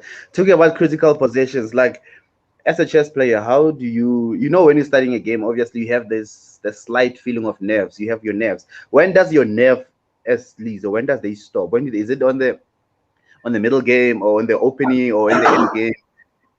So when do you stop My having nerves when you play? my nerves stop around. Yeah, I don't even know. Maybe they don't even stop. But have you seen in this tournament? I've been really comfortable in time trouble. I don't really Mm, I I saw don't that. really Yeah. worry. Yeah, it's like Grishuk vibes. I don't really worry. You know, I'm in time trouble, but as long as the position has something for me, I'll still play the moves. So Mm, I don't know. I don't know when it is, but I don't think they stop. I think I just keep going with them and until the end. I guess they help me rather than pin me down. That's why they say chess players lose loads and loads of calories due to their nerves and their stresses over the board. So, like you Yeah, say, Grishu could wait up until 2 minutes on the board and he still play perfect moves. So, I think yeah. controlling your nerves is one of the most essential element of chess. So, Yeah. Mr. Sekwati, I will talk then. Peace, man. All right. Thank you. Thank you very much. Thanks, man. Oh, do you want to talk to Trolani as well? Yeah, let me talk to X.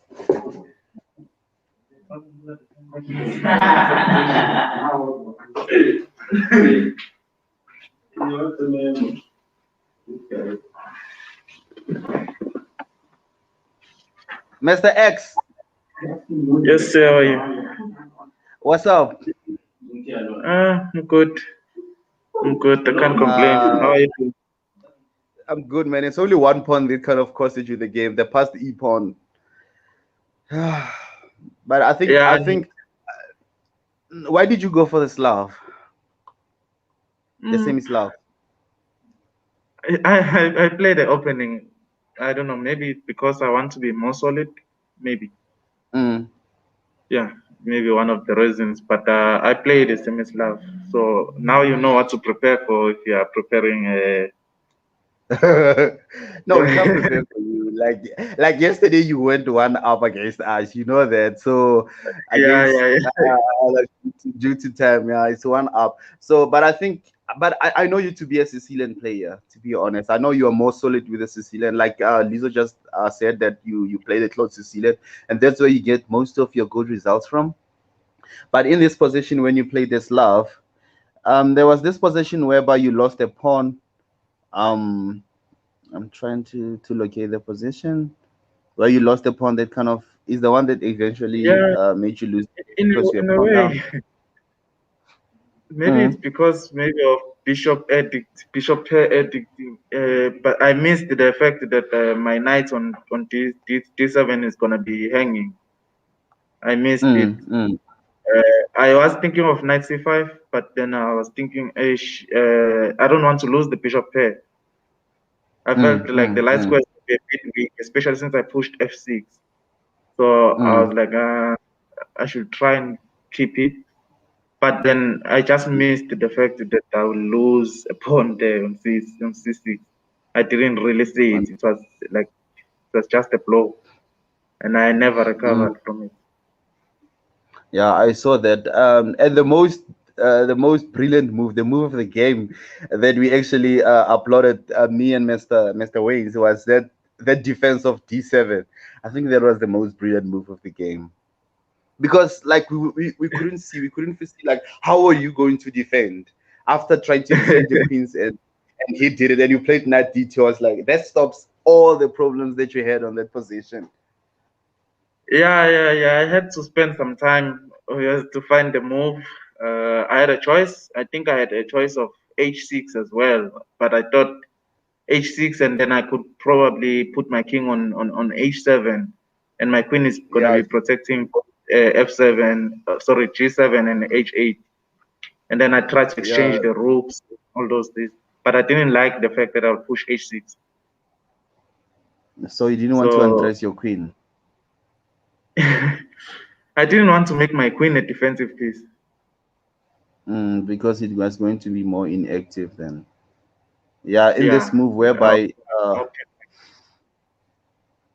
but after winning, I think you're on 50% now, winning one, losing one. But I think from now on, like all of your problems are solved. You've played the CM and it's done and it's dusted. Now you can focus on your on your next opponent. Are you playing Pondo? Are you playing Daniel I after think I'm this? playing Lizzo. I'm not sure. I think I'm playing Lizzo. Oh no, I'm sorry, not yeah, sure. I yeah, yeah. think You're playing Lisa. yes. You're I playing think I'm playing Lisa. Lizzo. So my problems are not solved. I'm still having Lizzo. I'm still having Pesa. So my problems are not solved at all. So what Maybe what should we Pondo. expect from Lisa? Mm, Uh, from the one of Lizzo, you'll never know what to expect, mm, but what you must know is that it's gonna be a fight. It's gonna be a fight. It's a matter of mm. whose strategy was better or who could defend better. Probably, if he Mm. defends well, he will survive. Yeah, because on this last game that he played against Mr. Pesa, he suffocated the position whereby like all of Mr. Pesa's pieces was almost on the back rank, like he was playing chess 960. Like most of the pieces were there, and the queen was on B8 out of position, and he played a nice game there. So he went all aggressive on him, if I could put it in that way. So do you think he is going to play aggressive against your Sicilian? I don't think there is a chance to play aggressive against my Sicilian. I don't think there is that chance. So it's a matter of now you must just wait and see whether he can hold the position until the right time to strike. Because last time we played, he created some weaknesses and some problem for himself, but then I just failed to win. So what is your Probably, overall score between you and him? What is your I lifetime don't score know. between you and Lizzo? I don't know.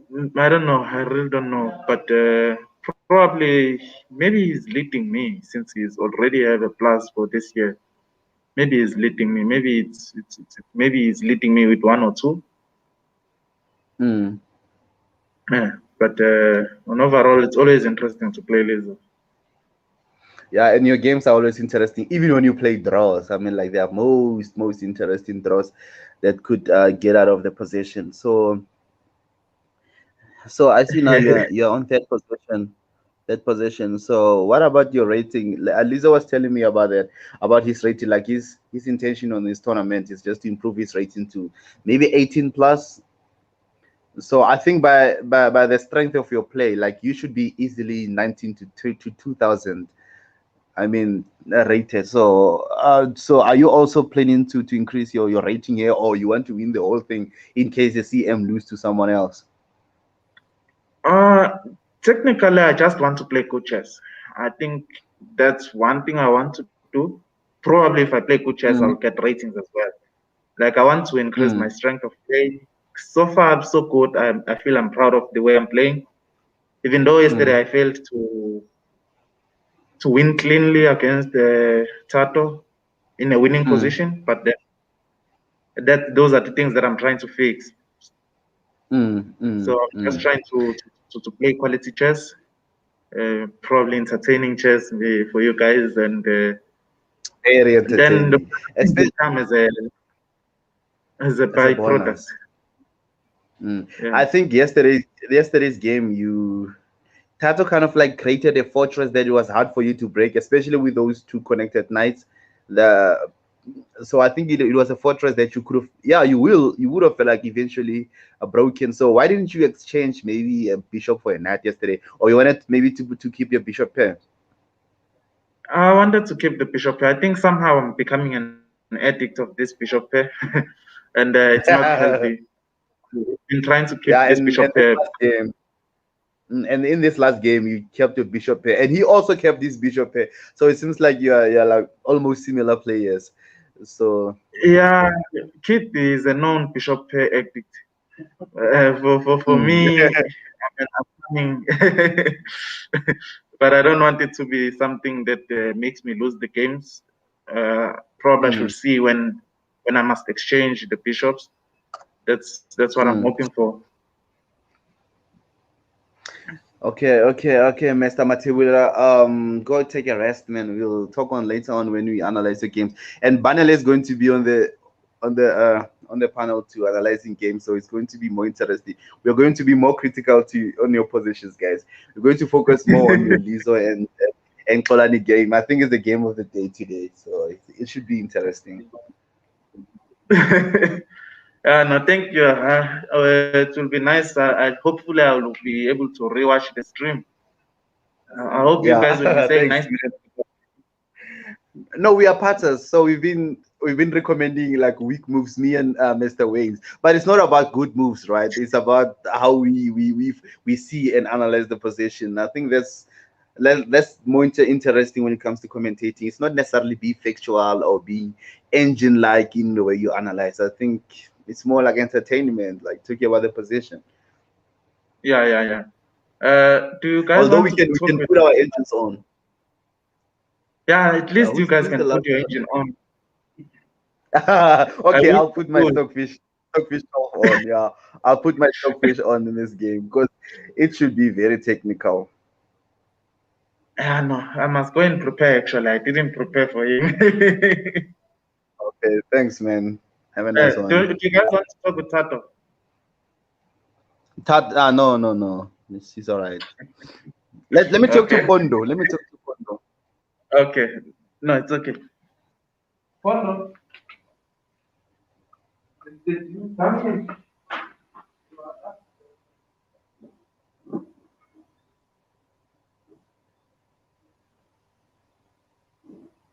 This is Tato's story. Tato don't listen to Tato. Is that Tato's story? You see what they asked me was because Tato. What kind of a coach is this?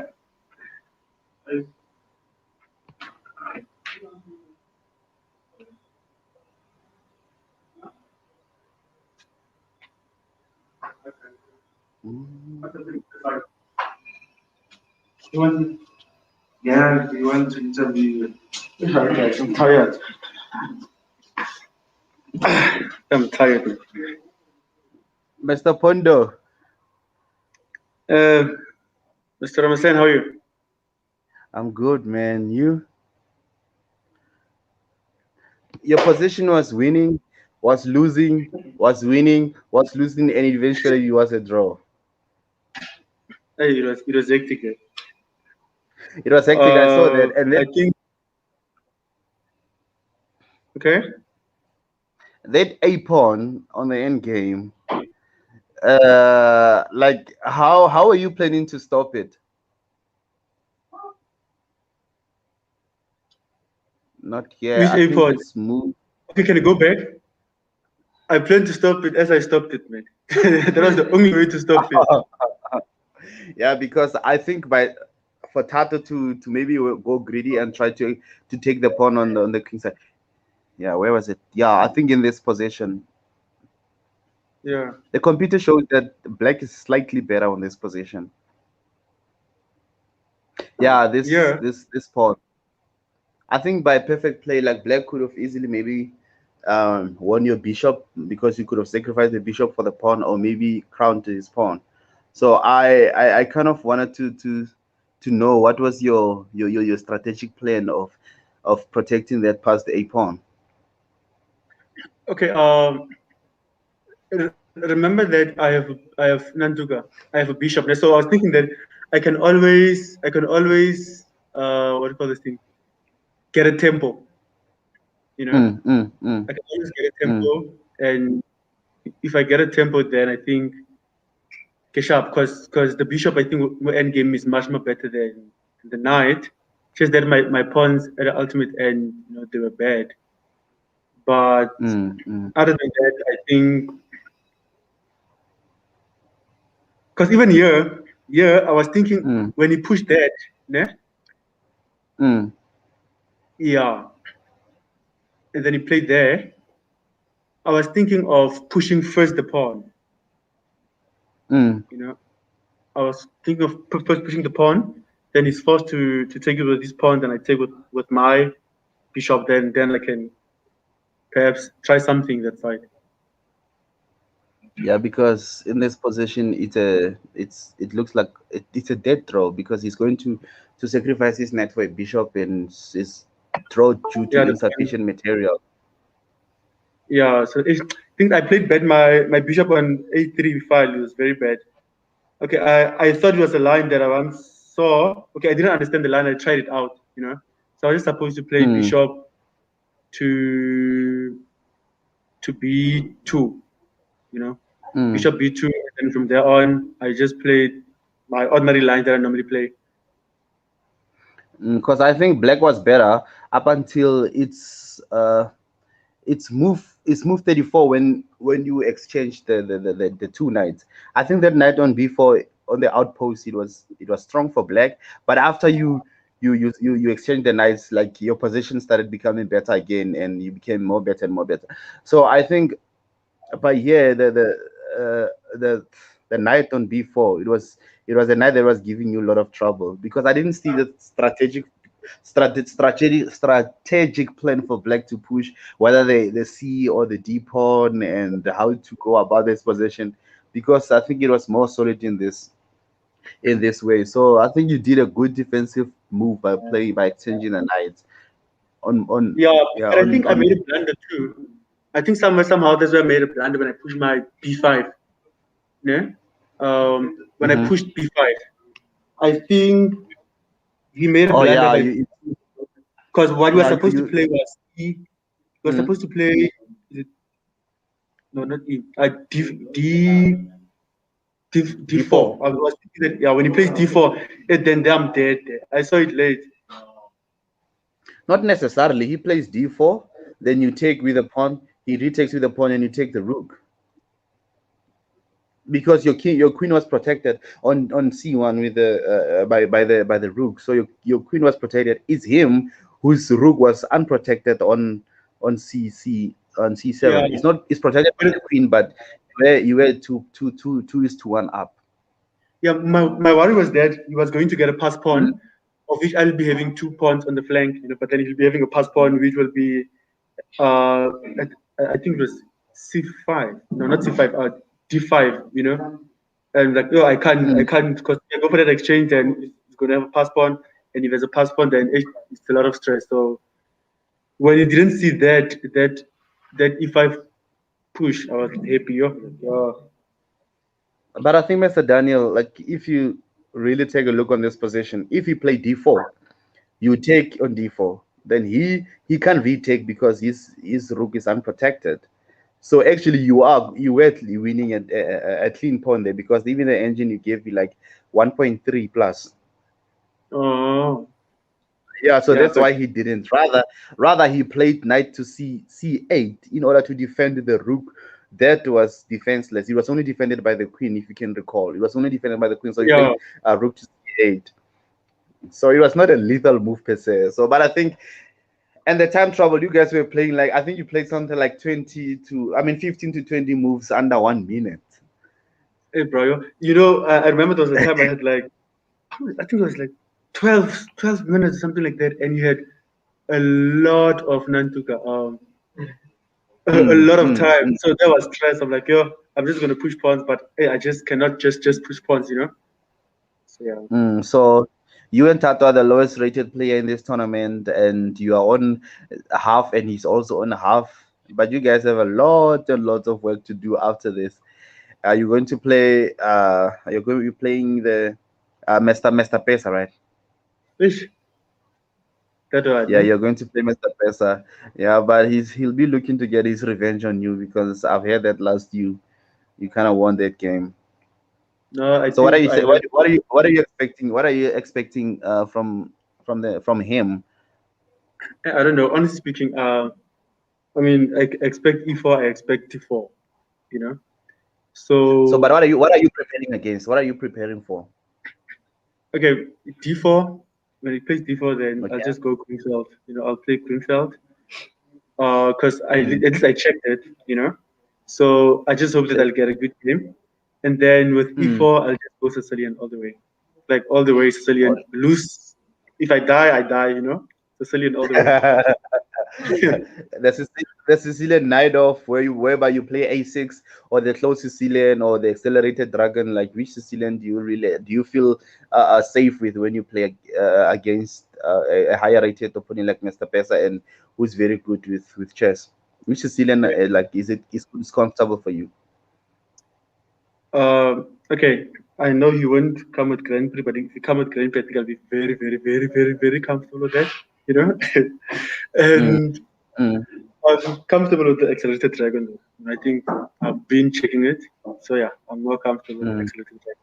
But I mean, every line is playable, so I'll just check what he pushes at ultimate end. But if he allows me to go accelerated dragon, I go accelerated dragon. If I play just the closed dragon, then I can go that too. Khan, Sicilian, you know, I'll just see.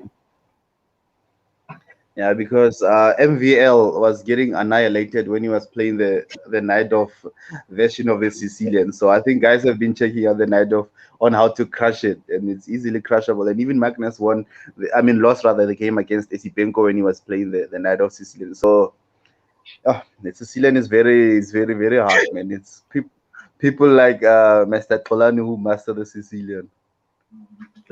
Yeah, no, I mean, if I die, I die, man, you know. But one mistake, I'll be attacking too. So I think Sicilian gives both of us fair chance to kill each other there, you know. Mm, The worst mm, is a, mm. the worst is a draw, you know. But if you lose, The you're gonna lose worst. badly. Yes, I mean, for me, So are I you mean, expected to win? Oh, yeah, but are you expected to win? Are you expecting to win? Like Mr. Pesa just came out from a devastating loss against Lizzo now, where he was being I cramped think on one possession and he lost the game. So I think now he's going to go out full force and he's on white pieces. no, it's fine. It's fine. I think Lito did the work. So I'll just wait for him. Pella, yo. You know, I'll wait for him.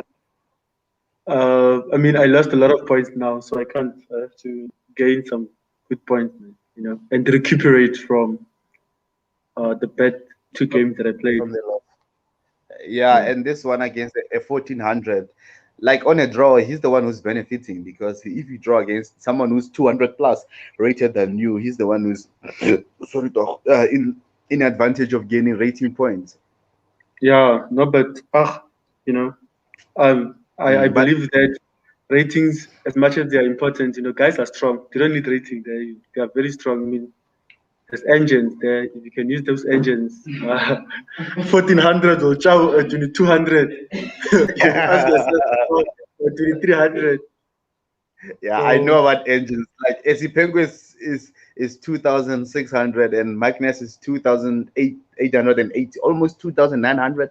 But he was beaten by Esipengu on a classical game. So I know engines are like the greatest teacher, man. So yeah, how what do you want to gain from this tournament? Do you want to gain rating points, or maybe just want an exposure playing against high rated players so you can get experience and you can get like confidence when you go about in your chess career?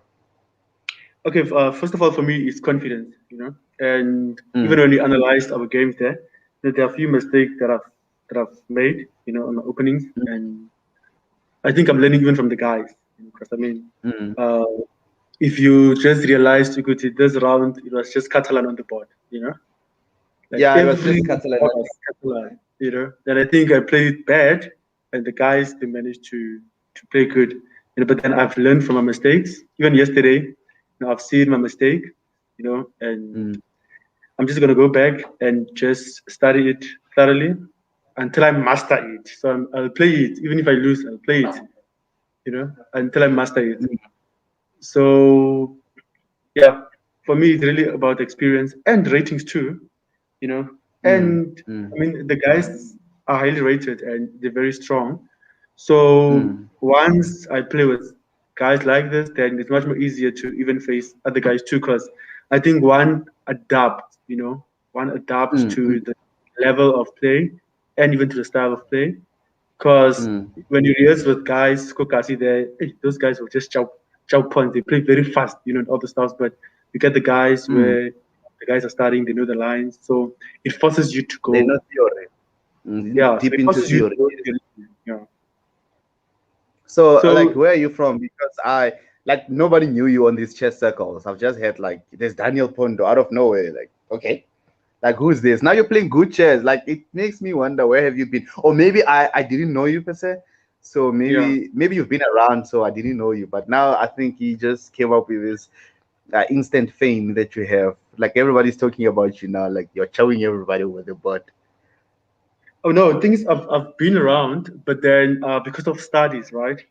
So for the past, I think 2.5 years, even not 3 years, I didn't play competitive chess, because I had to focus on my books, and like this is my Oh, last year, so I then decided that what, let me just come back and let me just like really just recuperate, because I mean the guys are strong, the guys are very very high, so I mean Kolani when we played back then, hey, it was easy, but now it's tough, yeah, exactly. so you can imagine the gap for the past few years that he improved, and all the stuff. And I just felt that now let me just come back and let me just play good chess, And for me, as much as it's Daniel the about winning, return. yeah, Daniel no, the return, no, crushing everybody. no, yeah, beating is something else. But yeah, man. Like I've said, for me, it's really a matter of just learning. And I mean, styles have changed, people have changed, their play, so I have to adapt. Ulizo, I used to play with him. He changed to, and Kolani to Mr. B. Okay, I always play with Mr. B. So at least I know Mr. B, so I can adjust there. I know Mr. B. So, but still, I mean, I cannot say Kuti, I'll beat him too, but I'm just going to play good chess. Like, for me, just to play good chess.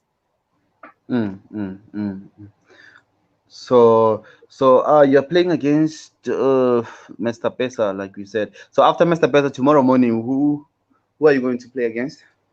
Okay. I think I'll be playing with Keith and Kolani. Oh, you're going to play Polani tomorrow. Yeah, Keith and Kolani. So will you be our last hope in beating the CM, man? Because look at this scenario. The scenario is this: everybody's gonna play the CM and he's gonna get tired. So eventually, gonna get him on his worst because mentally he is getting tired. He's getting fatigued. So you're going to play against a fatigued GM. It's the same thing that happened in Jubet Park, I think a year and a half ago, where everybody there were playing rounds and rounds against Levon, and there came Sims and he came and defeated Levon when he was tired. So I think it's possible that if you fatigue him, then you can eventually beat him. Yeah, that one. Because if he's tired, I will be tired too. I mean, everyone is strong here. Like everyone is strong. So, like I'm saying, I just want to play good chess. Even if I'm gonna play Keith, I just want to play good chess. I don't want when you leave him like, oh, what? I want him to feel it. He's gonna feel it. Good to go. Yeah, and I know you are playing. Okay. And for me, it's just about playing good chess. If I So beat I think him, Mr. Pondo, it'll be a bonus. Yeah. Thank you, Mr. Pondo. I will have to end the broker soon. So good luck on your game, man. Good luck. thank you, bro. Thanks, man.